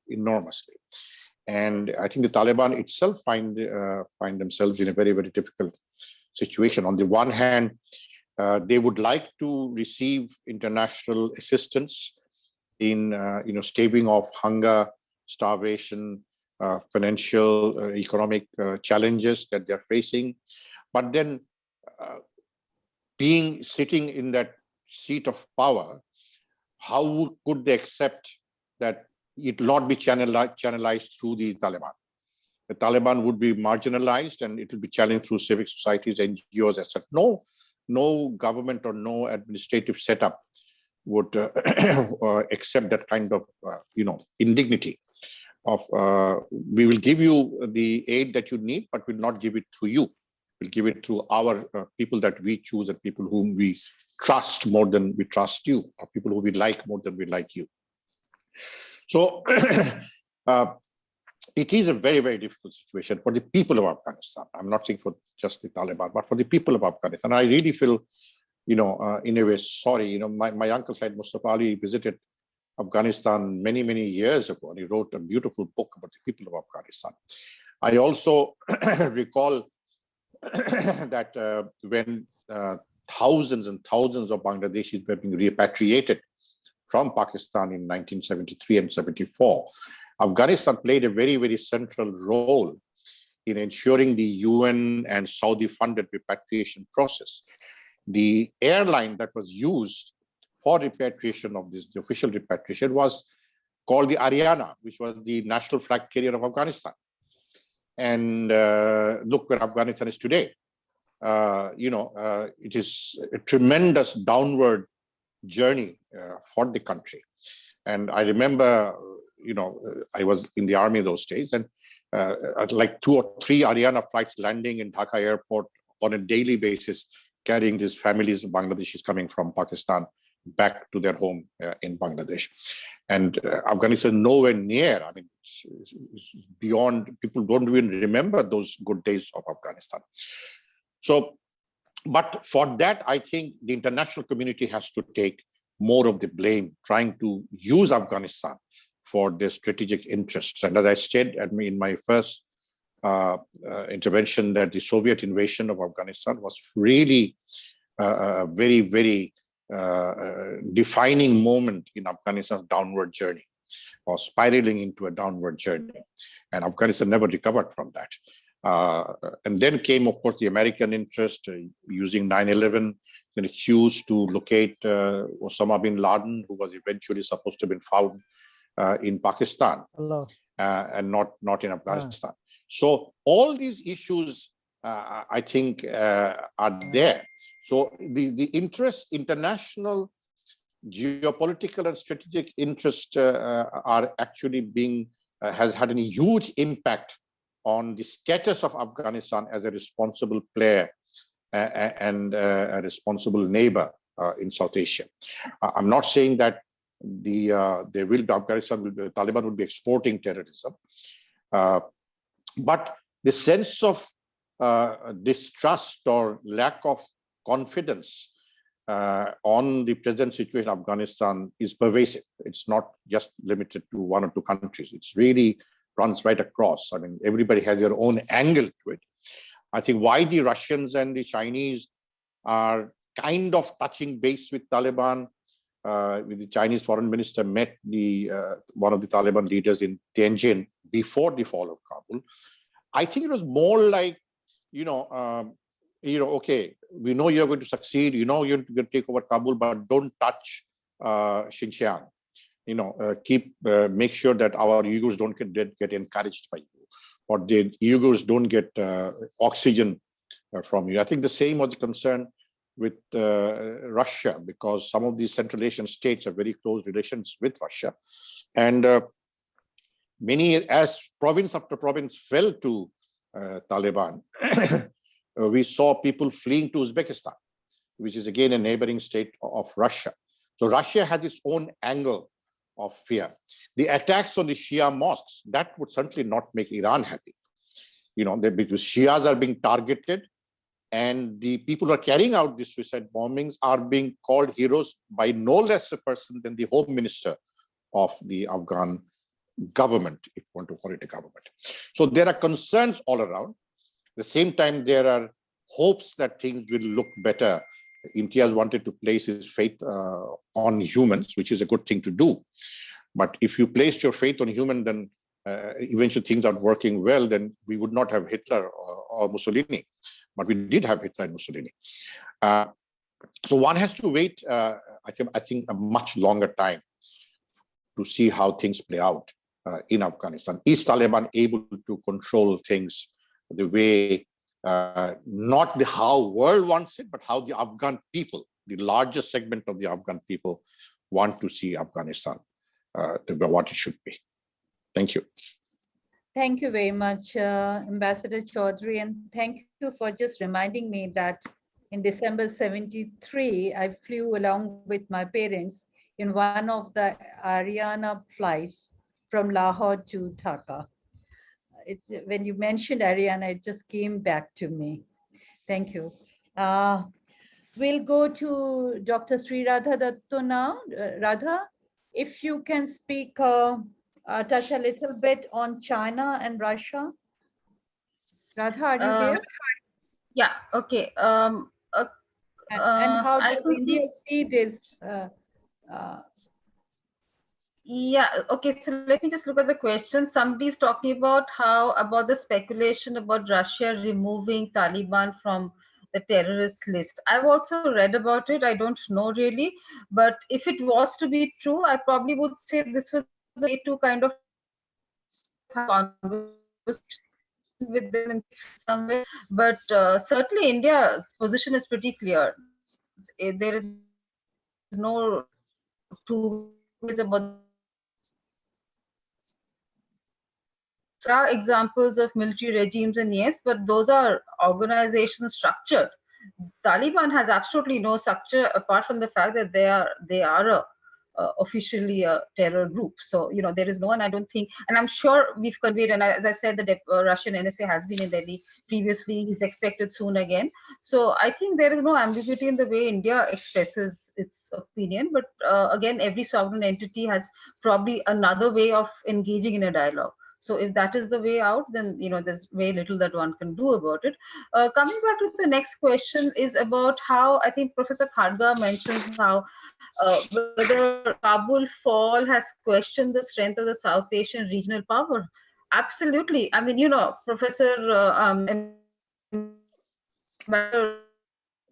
Shamsher just talked about how Prime Minister Hasina had about how we must get past during try to get together. Pakistan didn't play ball with us, with the entire grouping. So it's not that short of attempt. And we've seen how many times, not only Prime Minister Modi, how many other former prime ministers have, reached out to Pakistan leadership. But I mean, we've seen it's impossible. I mean, the kind of losses we've had, civilian and security forces, because of Pakistan is unforgivable. There is nothing that we would, we've reached out, we tried to see that we need to move it. And this is exactly the point. Had SARC been strong, there would have been a different way of dealing with this crisis. All of us would have been sitting with our heads together, trying to see what is best for Afghan people. But unfortunately, and that's the point I made earlier, that when you have a neighboring country in meddling there, ensuring that you try and exert your influence, and of course not able to beyond a certain point, but leveraging anything to keep India out, it doesn't work. And so it's really a bad reflection, I would say, on what the regional power is. And we've actually seen how extra regional players have become strong in the region. This is courtesy the fact that the two players in the region are not able to be on the same page. Very, very unfortunate, but this is certainly not for lack of trying on India's part.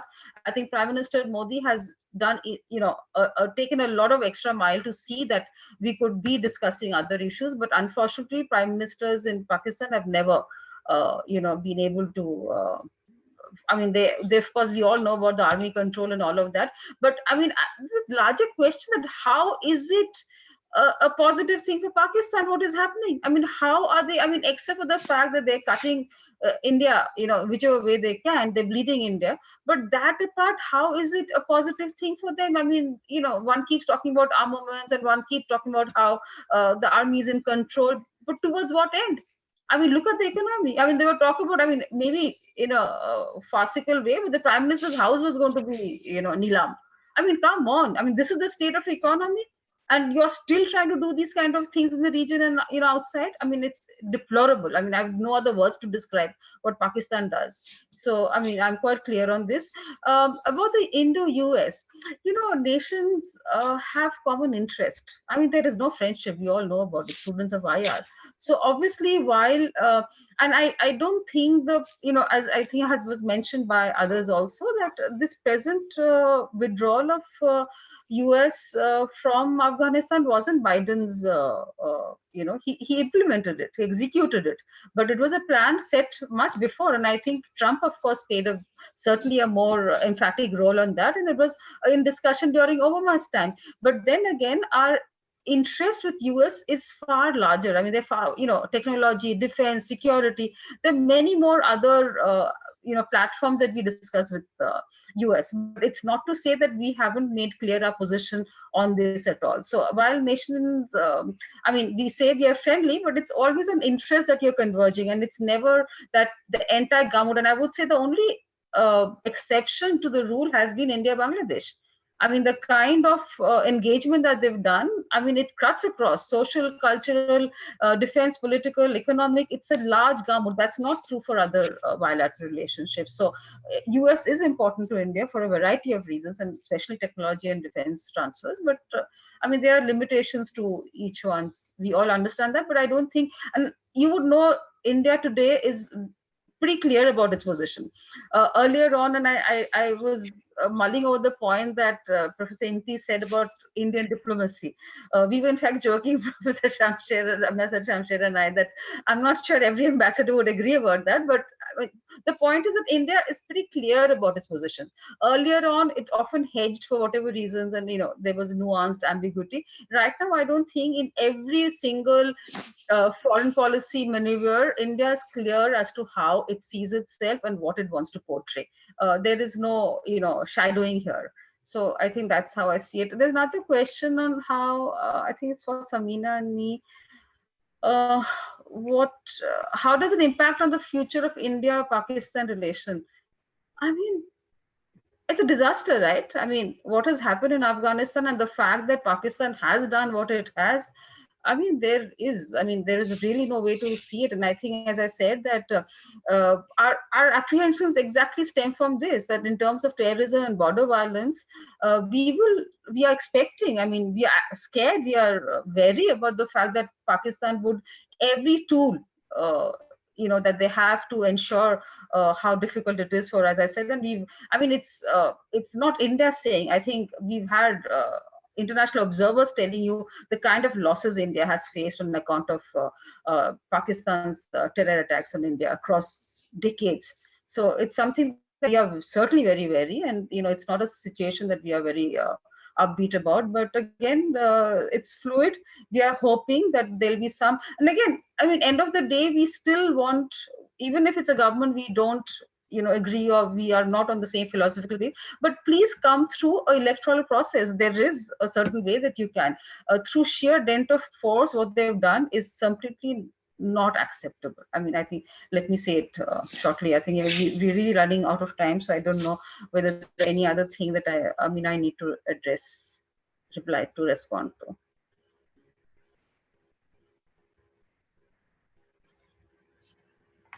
Radha, if you can talk a little bit about how you look, how India or you look at the, this Russia, China coming together, and which Ambassador Chaudhry was trying to say, you're touching base with the Taliban. How does India perceive this situation, and Iran's role also? I mean, if you can give a little bit of your own analysis.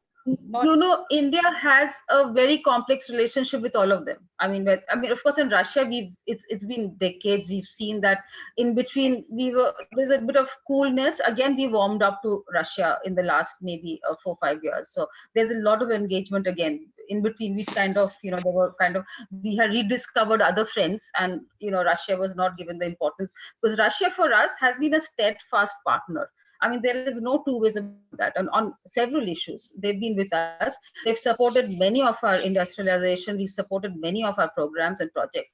So that's something that I don't think India will ever forget. And, that's something we always would look up to again. So right now, Russia and India is working closely on several other things, even on Central Asia. There are many outstanding issues and fears and apprehensions again, but engagement continues. So on this particular issue, the fact that at the Russian format, as it's called, that India was there, and there was a conversation that happened where, where Taliban said that they would follow the norms and they would, ensure that, whatever humanitarian aid we were proposing, others were proposing, reaches the right quarters through the UN. So there is some kind of order that they're being able to, as I said, we do. I mean, there is dialogue between India and Taliban, but in a very restricted way.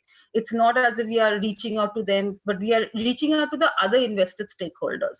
And Russia is a strong stakeholder. Again, China, while we have political differences, not unknown to anybody here, but at the same time, there are many platforms that we work together with. SCO, for certainly, many other ASEAN flat. There are many other platforms that we are working closely with China. So here again, while working together, if some good is being, we are able to turn the situation around towards stability, towards ensuring that people of Afghanistan is safe.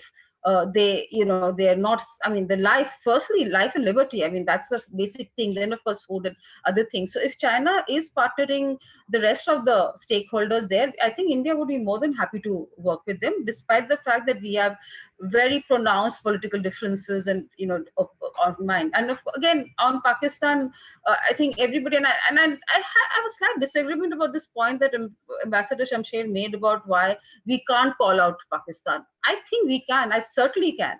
I mean, there is no reason why we can't. We know exactly who's, who holds the strings here.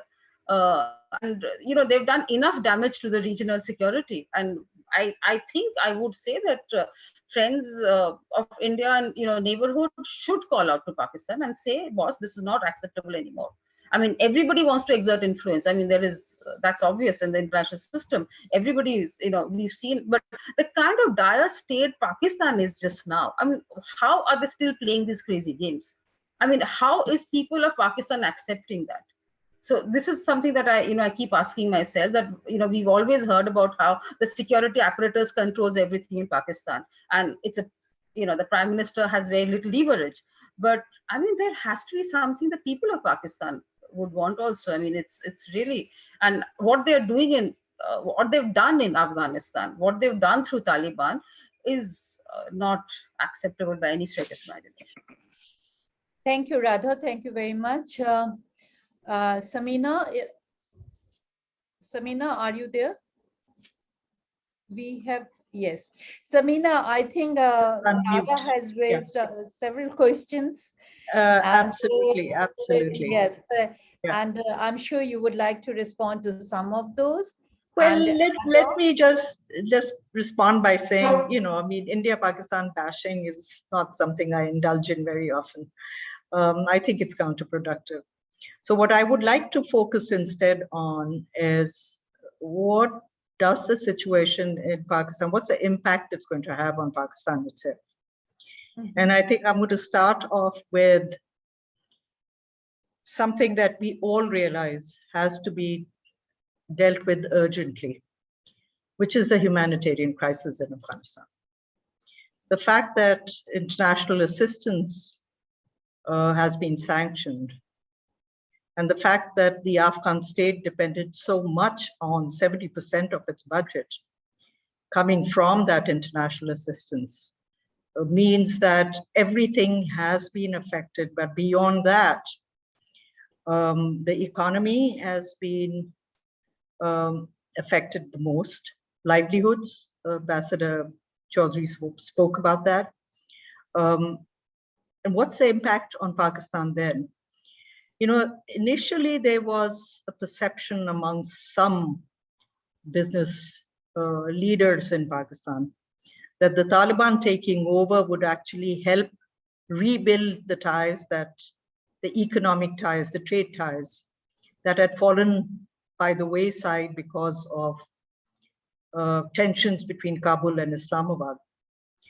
Well, I think that has proved to be wishful thinking, partly because how do you trade with a country when the government of that country is sanctioned, when the banking system doesn't work? Very recently, the Taliban have said no trade in foreign currency. Now, if that's the case, and the banks have no money, how does Pakistan trade with Afghanistan? Second, and I think that's linked to the economic crisis in Afghanistan, including the humanitarian crisis, concerns about what do Afghans who have nothing, no jobs, no livelihoods, no future, no security, what will they do? Will they vote with their feet? There are already close to 3 million Afghan refugees in Pakistan, legal and illegal. And I think that's been one of the concerns, that as the economy tanks, as there's an economic meltdown in Afghanistan, will Pakistan face more waves of Afghan refugees? Now, according to humanitarian principles, both Iran and Pakistan should accept Afghans who want to take shelter and sanctuary in their countries, whether it's for economic reasons or otherwise. They're refugees. But both Iran and Pakistan have absolutely declined to accommodate any more Afghan refugees. And that quite obviously is going to have implications as well. If the situation, it is pretty much in a flux right now, but suppose it gets even worse. And there are already thousands of Afghans at the two border crossings, the two main border crossings, at Tokham with Pakhtunkhwa province, and in Chaman, in the Balochistan crossing, who desperately want to enter Pakistan. And Pakistan at this point in time is not inclined to allow them to enter. This does, I know Imtiaz said ethnicity is something we shouldn't talk about, But I think ethnicity does matter. They're the same tribes, the same people, the same ethnic group. They speak the same languages. They have the same history on both sides of the border, Pashtuns.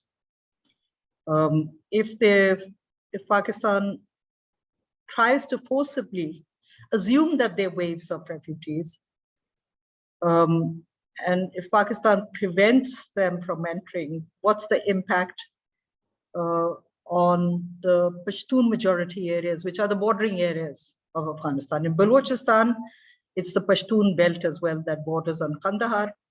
In Pakhtunkhwa, of course, Khyber Pakhtunkhwa is predominantly a Pashtun province.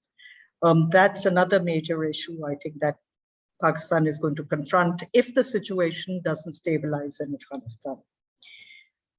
Then, of course, is a issue that I raised earlier on, which is the impact on Pakistan's security.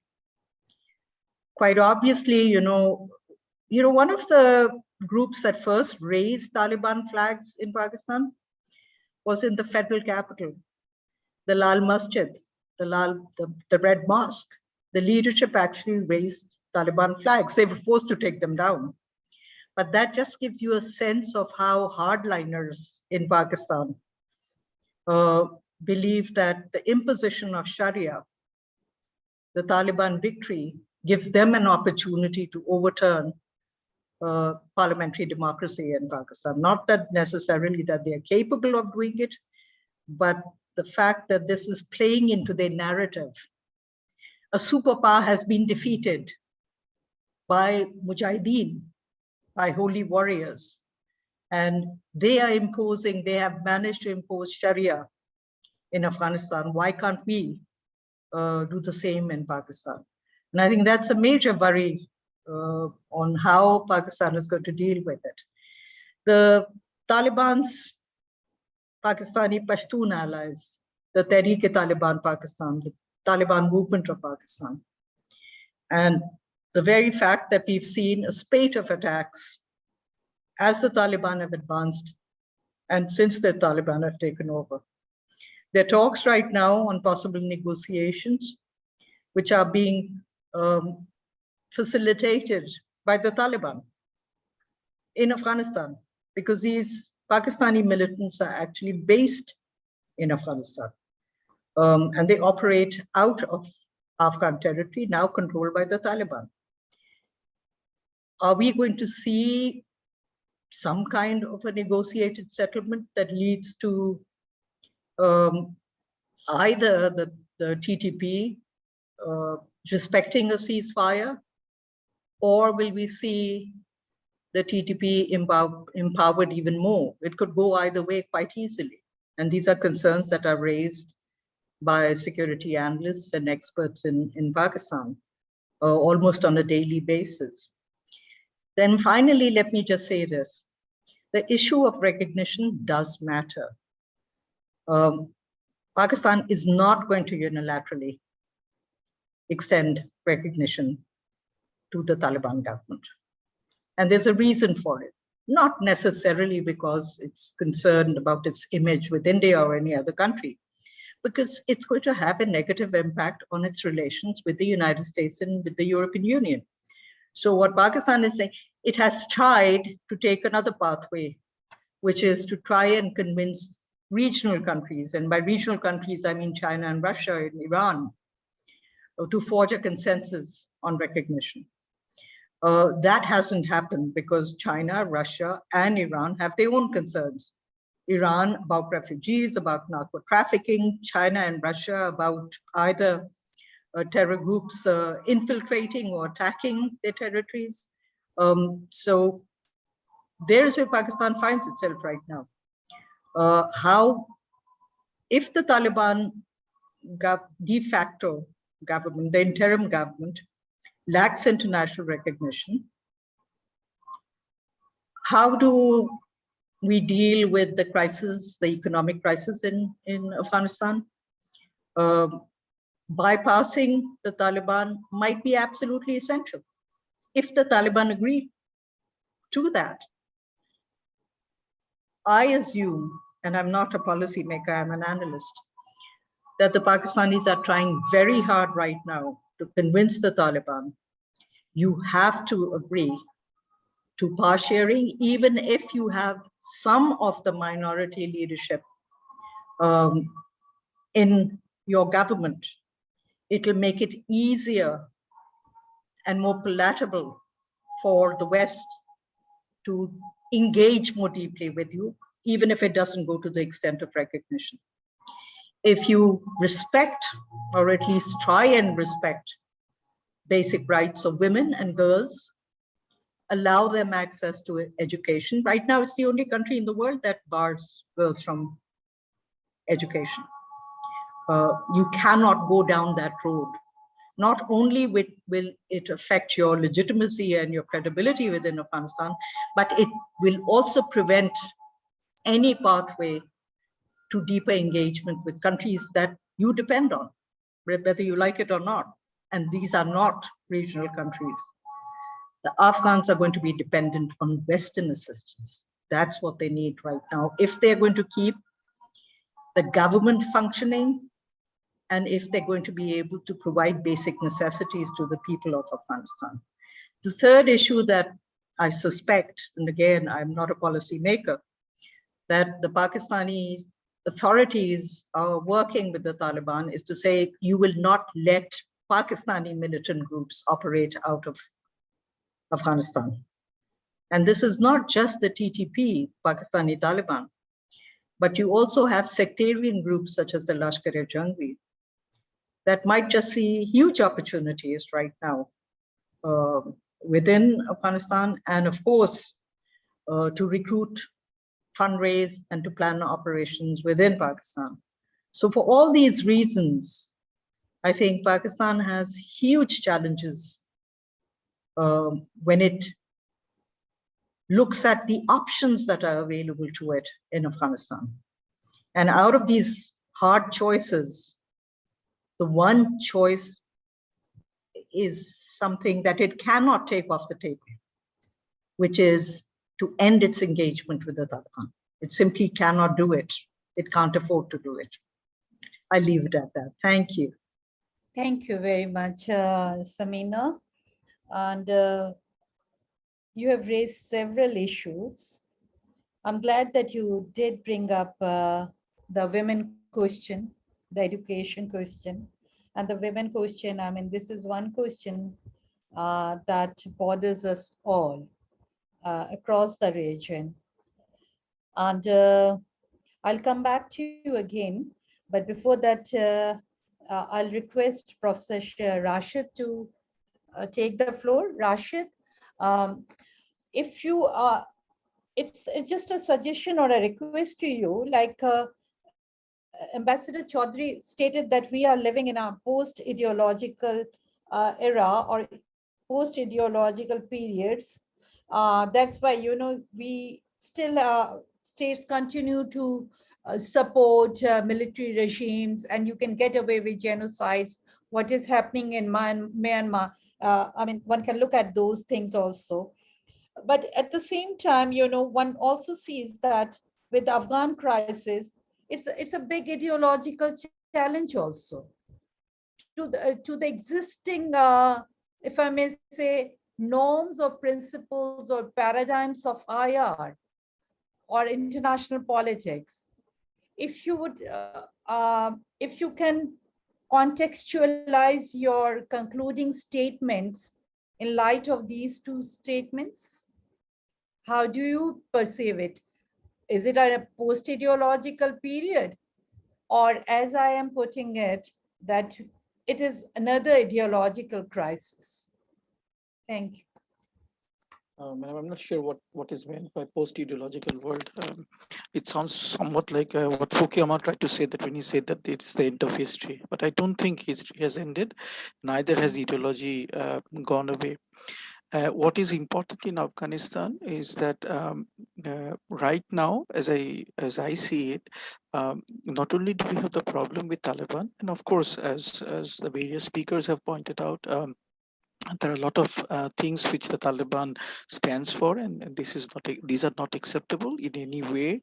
But the thing is that ISK is also making or is having its presence felt in Afghanistan, and this is going to become a big issue in the days ahead, as I pointed out in my presentation, albeit briefly. So I think that we are going to see ideological battles being played out in Afghanistan. The Taliban itself, they represent one extreme form of ideology, and of course you have the ISK also representing another different form of ideology. And the important thing is, and again, this is what I want to emphasize when I said in my presentation in the last slide that anything is possible, is that in spite of the abhorrent nature of the Taliban, given the nature of global politics, and of course the fact that you may see ISK making a position in Afghanistan, or because of the great power politics which is being played out right now in the Eurasian heartland, and we are going back to geopolitics, the geopolitics of heartland theory. So we may see powers coming and dealing with the Taliban in a very different way. So this is something which only time will tell us that whether this is going to happen or not. But as I said, and as I think most of the speakers here have pointed out, given the time frame in which we are having this program right now, the dust is yet to settle down. Things will work out in the days ahead. Yes, there will be many things happening, but of course, how they will play out, that remains to be seen. And let me remind the audience here that if you look at the global media right now, Afghanistan seems to have fallen off the radar. Today's Daily Star is made up of 16 pages. There is not a single word on Afghanistan. Al Jazeera today, I checked their website before coming here, does not carry any news on Afghanistan. AP, Associated Press, they do not carry any news on Afghanistan.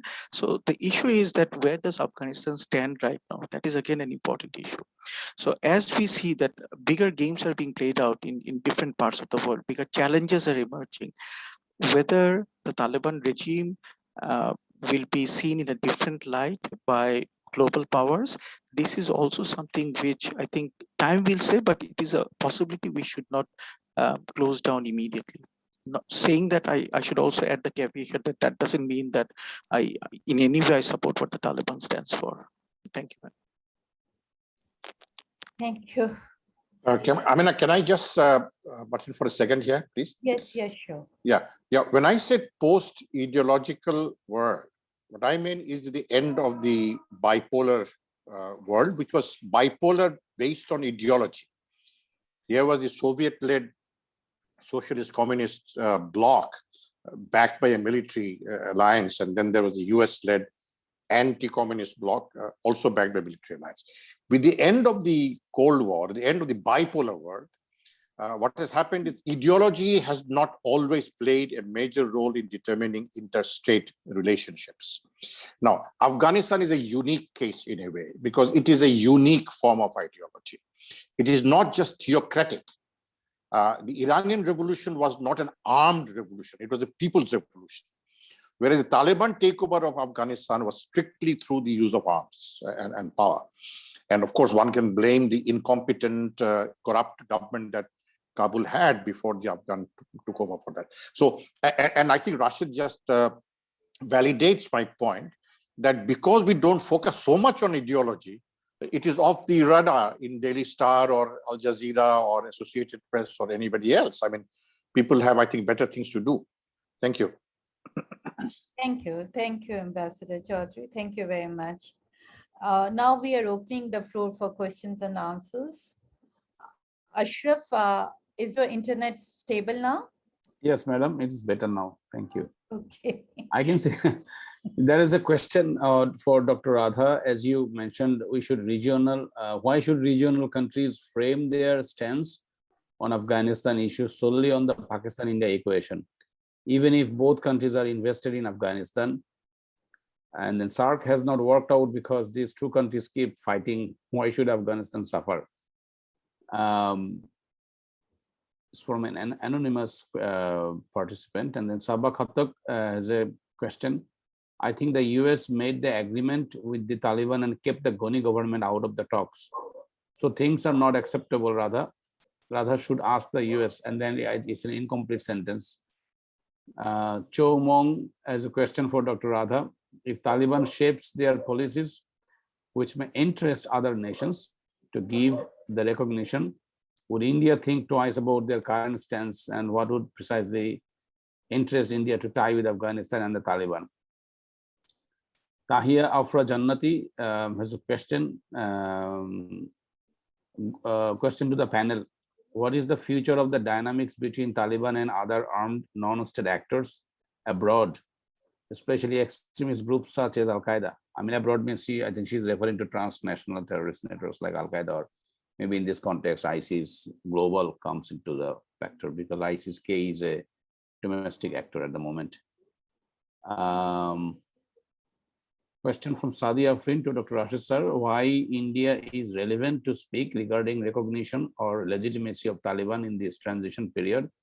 If they invest millions of dollars, millions of money over in Afghanistan, it becomes a bilateral issue to be addressed.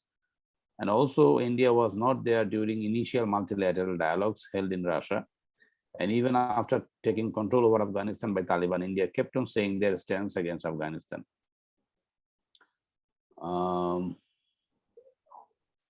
Tokir Hussain has a question for Dr. Samina. How would this Afghan imbroglio have its impact on the future of India-Pakistan relations, as well as for other South Asian key players? What would be the possible following security implications in the region, especially in terms of terrorism and border violence?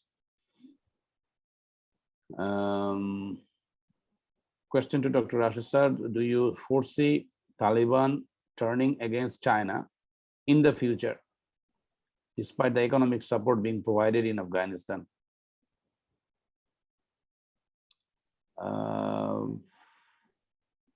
Question to Ambassador Shamsher Mobin Chaudhary from Abdullah Al Imam. If the current situation of Afghanistan goes on, as Taliban is not getting ideal, stable position to control, what role Bangladesh should play in the current context? And what is the future of Bangladesh-Afghan relations in this chaotic situation?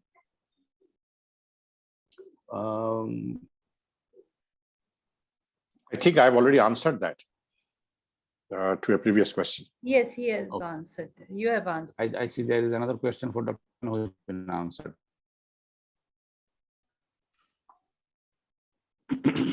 Right. I think those are the questions, and I would like just to add that Dr. Samina, during your first 8-minute slot, at the end you posed a question, and which I was expecting that you will be answering in your second slot. And the question you raised was, how much leverage does Pakistan have over the Taliban now that they are in power?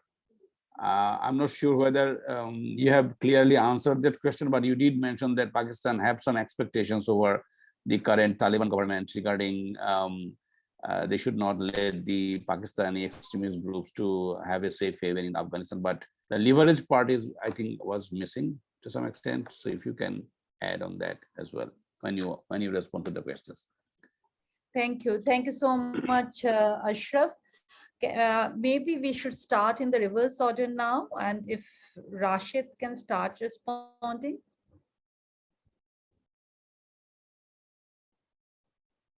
If it is okay with you, Rashid. Yes, of course, madam. Yes, thank you. I think one of the question was about why is India so concerned? I think it's very natural for India to be concerned about this, and this is not something which is a policy which has been adopted by the Indian government after 1947 in independent India. This is the policy which were adopted by whether it be the Mughals, whether it be the British. Afghanistan for them was always very, very important. Geopolitically, the Mughal Empire being an empire based on war horses, Afghanistan was the place from where you get the horses, or at least this was the place from where the horses came. For the British, again, Afghanistan was very important, and hence we see the struggle over Sindh, over the Bolan Pass, over Balochistan. So this is something which is very much expected, that India will be concerned about what is happening in Afghanistan. And also things which happen in Afghanistan are going to have a spillover effect across South Asia, including Kashmir, including other parts of India. And whatever happens in South Asia, South Asian countries have to be very much concerned about this. So I believe that it is very natural on India's part, India's policy planners, India's security managers to be concerned about what is going on in Afghanistan and to take necessary precautions against that, and try to form some sort of policy which ensures that India's interests are protected vis-a-vis Afghanistan. With regard to the second question about the Taliban turning against against the Chinese, I think that is a possibility, and this is a question which was raised by Admiral Awal, that if you are looking at a regime which, I think I also pointed out in my presentation, that maybe it is the Chinese money, Chinese economic assistance which may keep the Taliban afloat, given the other financial constraints Taliban is facing right now. But there is a big problem, given the rank and file of the Taliban and their and the way they look at the world. The issue of Uyghur Muslims, what is happening in Xinjiang province, may ensure that these people apply pressure upon the Taliban leadership. This is not something which the Taliban would like to do right now, and I think they try to make it very clear at the official level with the Chinese foreign minister and with their policies announcements vis-a-vis China. But as I said, I mean, this may be a possibility. This is not something which can be absolutely written off. Thank you. Thank you, Rashid. Dr. Sabina, would you like to respond? Yes, thank you. Two questions really that were posed to me. One was on India-Pakistan relations. And let me just put it this way. Pakistan talks about India's role in Afghanistan as that of a spoiler, not as a facilitator for stabilization. But it's really just rhetoric. It doesn't believe that India plays much of a role or has the capacity to play much of a role in Afghanistan. It's not a near neighbor. It has lost influence over time.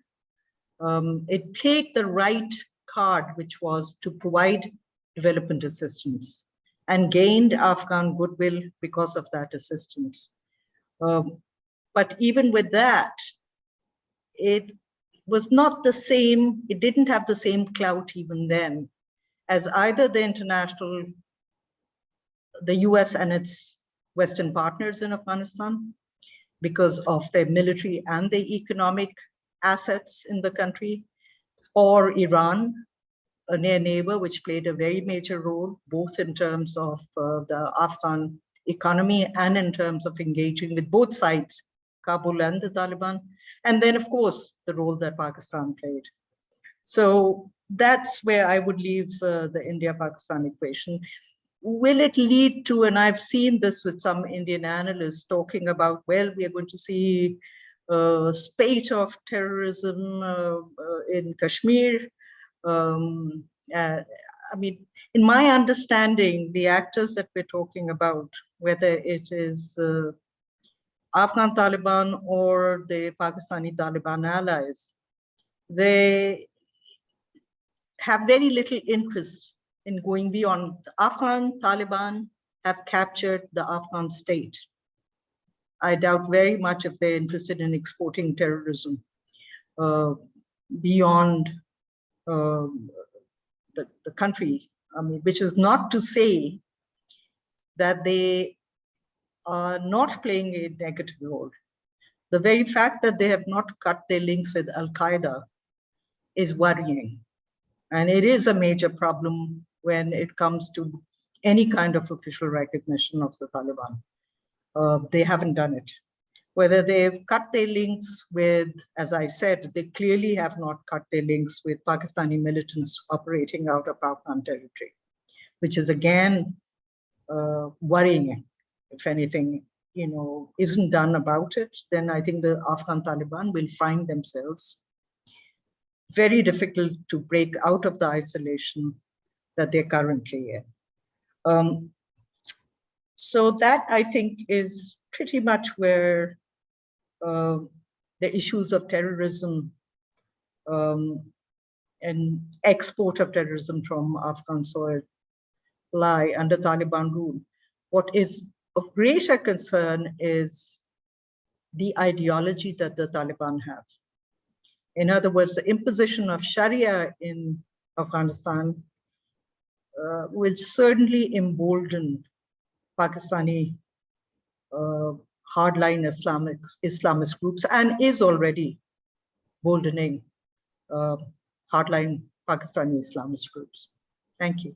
Oh, sorry, I forgot to say the one question that was given to me by Mr. Ashraf, and it's a very good question actually, which is, does Pakistan have the same leverage?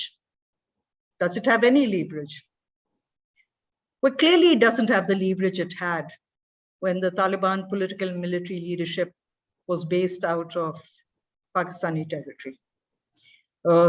It engaged the most. It had more direct access to the Taliban leadership than any other country in the world. That has changed. The Taliban are now back in Afghanistan. They're not that reliant on Pakistani sanctuaries. They're not that reliant on Pakistani support.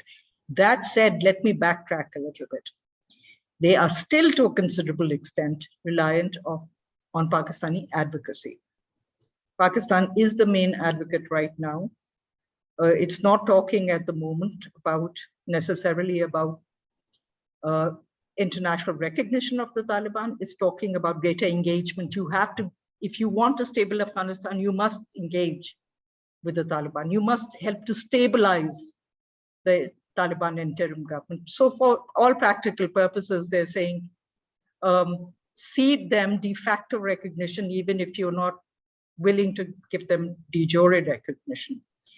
Pakistan also has leverage because of economic factors. Right now, those with Iran closing its borders and on and off, really, most of the time they're open, that Pakistani trade route becomes more important for the Afghans, even in terms of basic necessities, food, medical assistance, and the Pakistanis are they're using the land routes to provide humanitarian assistance. In the past, the Taliban would use Pakistani hospitals. Today, as we speak, almost every day, Afghans who are sick and can't find medical assistance or treatment in Afghanistan come over to Pakistan.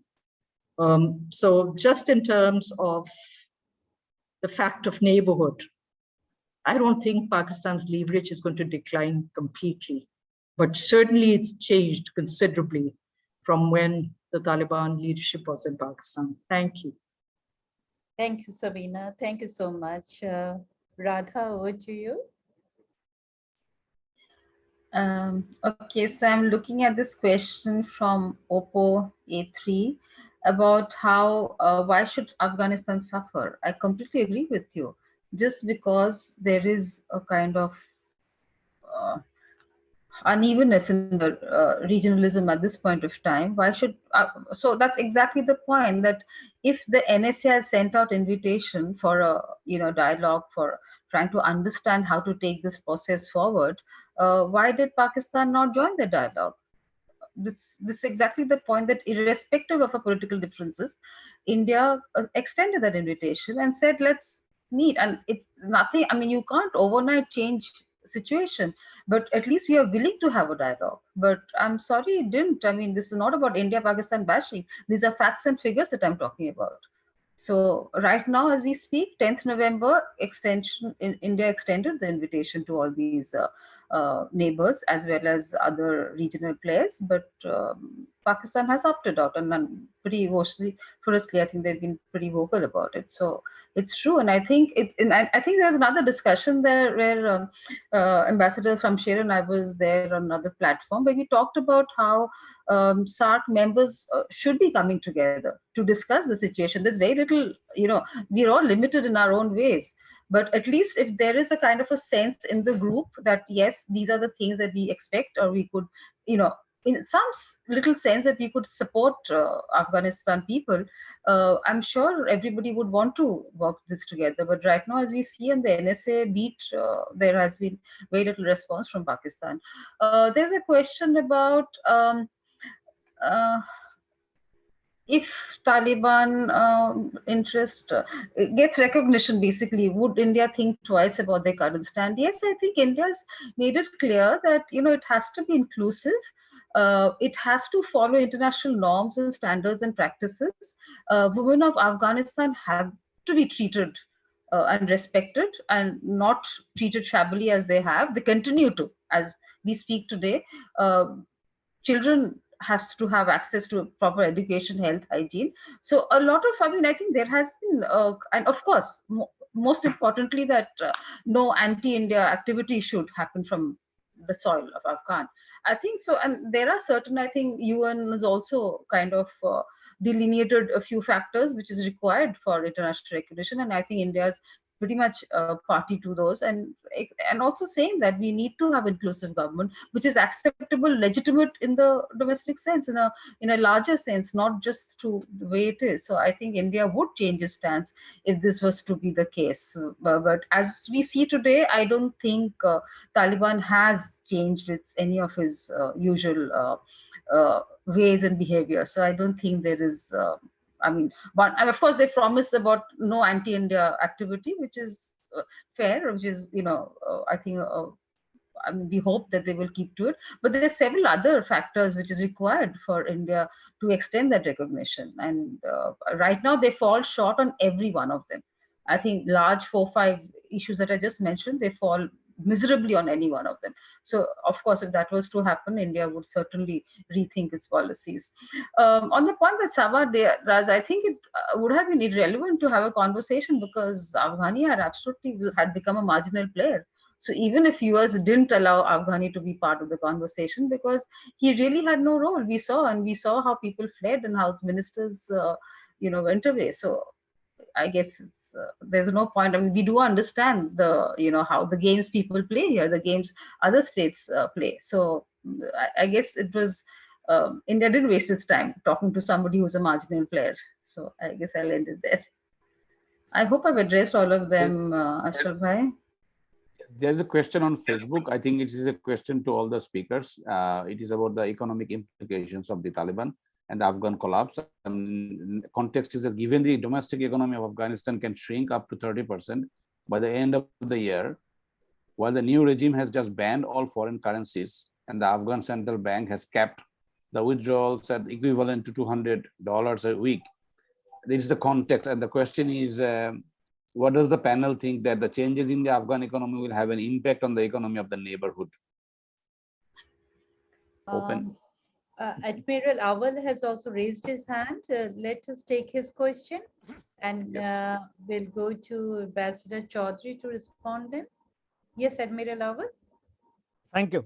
My question is to Dr. Sri Radha. This is regarding the Chabahar port. That has been a focal point for the geopolitics, particularly in the context of Central Asia, Iran and all. Now, India assisted in building the port, but in the second phase, the railway contract up to Afghanistan, that the China has taken to the disappointment of India. Now, if China can make inroad to Afghanistan, and with the support of Russia, if that equation, Central Asia geopolitics, if that works, what would be the India's position? Thank you. Thank you. Yes, Radha, if you would respond to this. Okay, a very quick point. Anybody who's heard me speak on the region and extra-regional players, I've often said this, that anything that China does in the South Asia has an Indian context.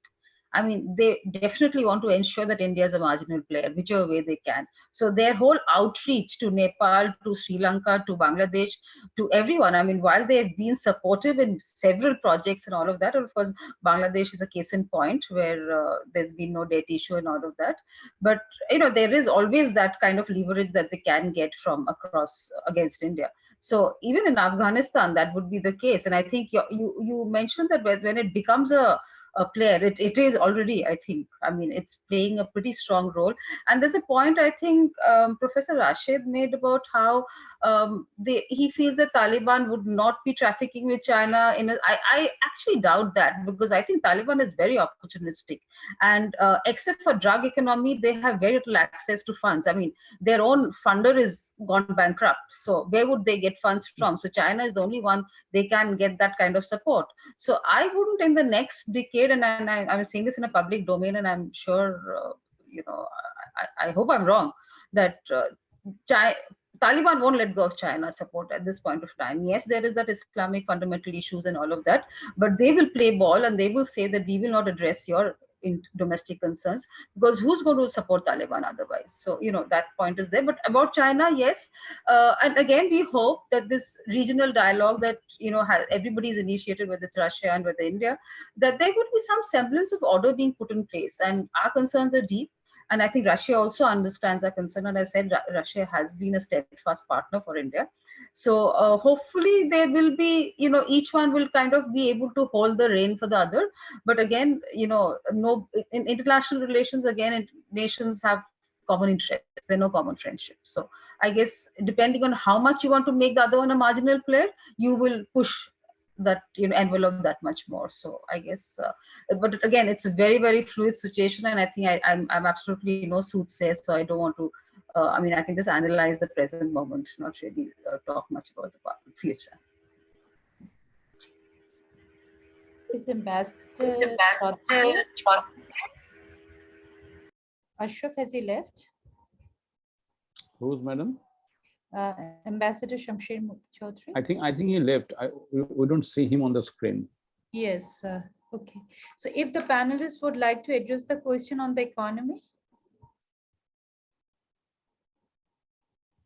Let me come in on the economy here. That, as I said, India has been, supporting in whatever limited way that India can. And right now, I mean, it's in dire strait, really. So other than drug economy, there is nothing. And again, that's going to be another huge fallout. That whole triangle that happens, and we've already seen some fallout in our coastal area. So that's going to be something which is going to be deep. But again, Taliban can't sustain this government, itself on, as I said, its own mentor is bankrupt. It would need, and I think India comes in very strongly here. And I think many of these dialogues that are happening in different formats, idea is to ensure that there's some kind of economic agreement. As I said, the Afghan corridor is not opened up as yet. Our trade through Wagah we had agreed on. It's still not being allowed by Pakistan as we speak just now. I don't know about tomorrow. But India certainly has a strong positive role in ensuring that there's some kind of economic stability being brought to Afghanistan, a small marginal, but it needs a larger support from other donors. Again, everybody's hesitant at this point of time. So if Taliban does move away from its present Raftar, ensures there's some kind of international standards and norms it's adhering to, I'm sure there'll be far more, because I think people of Afghanistan, they have to deliver to the people of Afghanistan, right? How long can you sit on your just strong weapons? So this is something that along the way, I hope and I pray that there'll be more delivery mechanisms being put in place where other donors and other stakeholders come together, because economically, Afghanistan cannot support itself except on drug money. And that, of course, we know the concerns in the region, and I hope all of us will have a conversation on that. And I think the leaders are already talking and discussing this. Thank you. Thank you, Radha. Rashid, would you like to respond to this? Madam, a couple of things. The number one issue is that I do not have the exact number as to what is the contribution of the Afghan economy to South Asian economy, to the world economy. So I'm not really in a position to talk about it, but I would point out that if the economy collapses, of course, it will have ramifications, and this will most probably come in the form of refugees. And this will have tremendous implications for all the players in the region. And of course, drug trafficking again is an important issue. This is certainly going to become, unfortunately, more and more prominent in the days ahead. And I think just a clarification to what Dr. Sri Radha raised. In my presentation, I made it very clear that I do not think that the Taliban are going to let go of Chinese aid right now. In fact, it is the lifeline they have, and they have already made this policy very clear that they're not going to raise the issue of Xinjiang province and Uyghurs. But as I said, that there will be pressure maybe upon the Taliban leadership if Chinese policy towards Xinjiang affects the rank and file of the Taliban foot soldiers, and that is important because the Taliban has brought a lot of different people together in their struggle, and of course these people come with different agendas. You have Pashtuns in the south, Pashtuns from other parts of Afghanistan. It is not that they often see eye to eye. They do not see everything in the same way. So there are differences, and of course these differences will be played out like any in any political institution. We see that different actors, they may have different agenda, but right now I do not think that without the Chinese assistance and what China has to offer, it will be very difficult, if not impossible, for the Taliban regime to survive. Thank you. Thank you, Rashid. Samina? I doubt very much that Chinese assistance, and the Chinese aren't that generous either, can replace the assistance that was given to Afghanistan by the West, just in sheer volume. The Chinese will put in some money, but they will want to see if that investment is going to pay off. And as Mr. Zaman said quite rightly, they're going to weigh the investment in Afghanistan by what they see in terms of the dividend, counterterrorism dividend. And at this point in time, I don't think they're that sure. So really the fact that you have sanctions on Western sanctions, the US freezing money, IMF and World Bank not dispersing assistance, no development assistance coming in. Yes, billions of Afghanis in humanitarian assistance have been pledged, but not development assistance, and not assistance to pay the salaries of government employees, the departments that exist, the ministries, health, education. They are, the UN is, as I said earlier, trying to find ways around it by, for example, providing salaries directly to members of the health ministry, employees in the health ministry. But there's only, that far that you can go by providing assistance through other means. And so will the Taliban understand? I mean, the million-dollar question here is, do the Taliban understand that it is in their interest right now to take the steps that are needed to have those restrictions by Western states removed? And unless they do understand that, and I would be very surprised if Pakistan isn't telling them that, then I think the economy is in a seriously downward direction, which will quite obviously have an impact, not just in terms of refugees, but on the lives of Afghan citizens. Madam, if you permit, I would like to ask a question to the panel. Yes, please. And the question is, given the fact that this Taliban regime is now not succumbing to the Western pressures of forming an inclusive government, and also accepting some of the very good ideas of having a pluralistic society, granting women rights and accepting women's education and things like that, what is the likelihood of a collapse of this Taliban regime, and And what would be a post-Taliban regime then? And what would be the formation of a post-Taliban regime? And when people talk about the American defeat, I'm quite surprised, because the Taliban did not have any significant military victory. They were just, I mean, as at some point, some of the speakers rightly mentioned that they were fighting a very incompetent government forces. And also Professor Ashuddin sir has made it clear that, military professionalism was, if I understand his presentation correctly, I mean, that there was no cohesive military force on the part of the Afghan government, of the Ghonis. So the military skills and prowess of the Taliban are not tested yet, in fact. And they have not confronted any major military resistance, except for the fact that there was a bunch of Mullah Masood Azhar's sons, a small resistance in the Panjshir Valley. So we haven't, none of our discussions actually talked about that. And are we taking that scenario off the table? Is that a likelihood, or it is very unlikely that this Taliban regime might collapse? Can I answer that?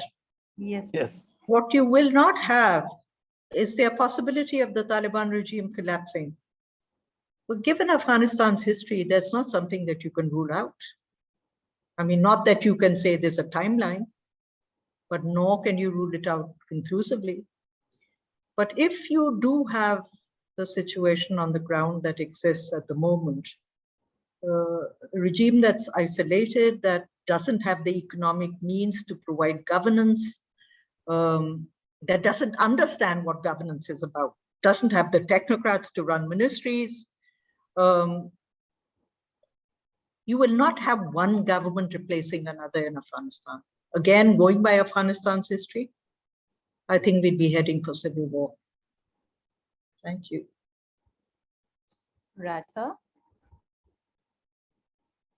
I would largely agree to this, that, I don't see Taliban being moved out per se in terms of popular choices. But again, it's possible that there's a change in the avatar. They realize that this is not sustainable, this particular nature, this particular character. And again, as if they want to take this forward, because how long can they live isolated like this without any support? If they make it inclusive, they draw in some of the other. And we know that political stability in Afghanistan has always been an issue. I mean, it's not only warlords, but every political leader has a particular niche that they appeal to, and not beyond that particular area of influence. So this is probably a good time for them, if the conversation goes in a positive direction, that because I don't find them being sustainable in the way they're taking this forward. They have absolutely no ability, except, and so I would possibly feel that there is of course, this is a best case scenario, that they're able to, join people who they feel have their support, and not necessarily every single political force there, and at least present a kind of a semblance of order for some time to come. But otherwise, right now, I think Afghan population suffers so much, and I don't think they have the means or even the headspace to take this forward and, kind of organize any other political opponent grouping or choice at this point of time. Thank you, Radha. Rashid? Just to clear what Ashraf pointed out, Ashraf, the important thing is that that the Taliban did play an important role in the battle, and that is the state of the battlefield. That tenacity is very, very important. It is not that very few actors in the world can stand in front of American firepower. Even American units, the organic firepower they have, it is simply impossible for any actor to stand in front of them. But it is not a question of only defeating the Americans on the battlefield, which is often impossible to do. But of course, the political element of war, that is much more important. What is being played out in the heartland of America, that is very, very important. And I think, again, I made it clear in my presentation that by simply staying on and by making the war prolonged, the Taliban were able to ensure that the American people, and of course the American administration eventually they lost interest in the war, or they were not able to continue with the war.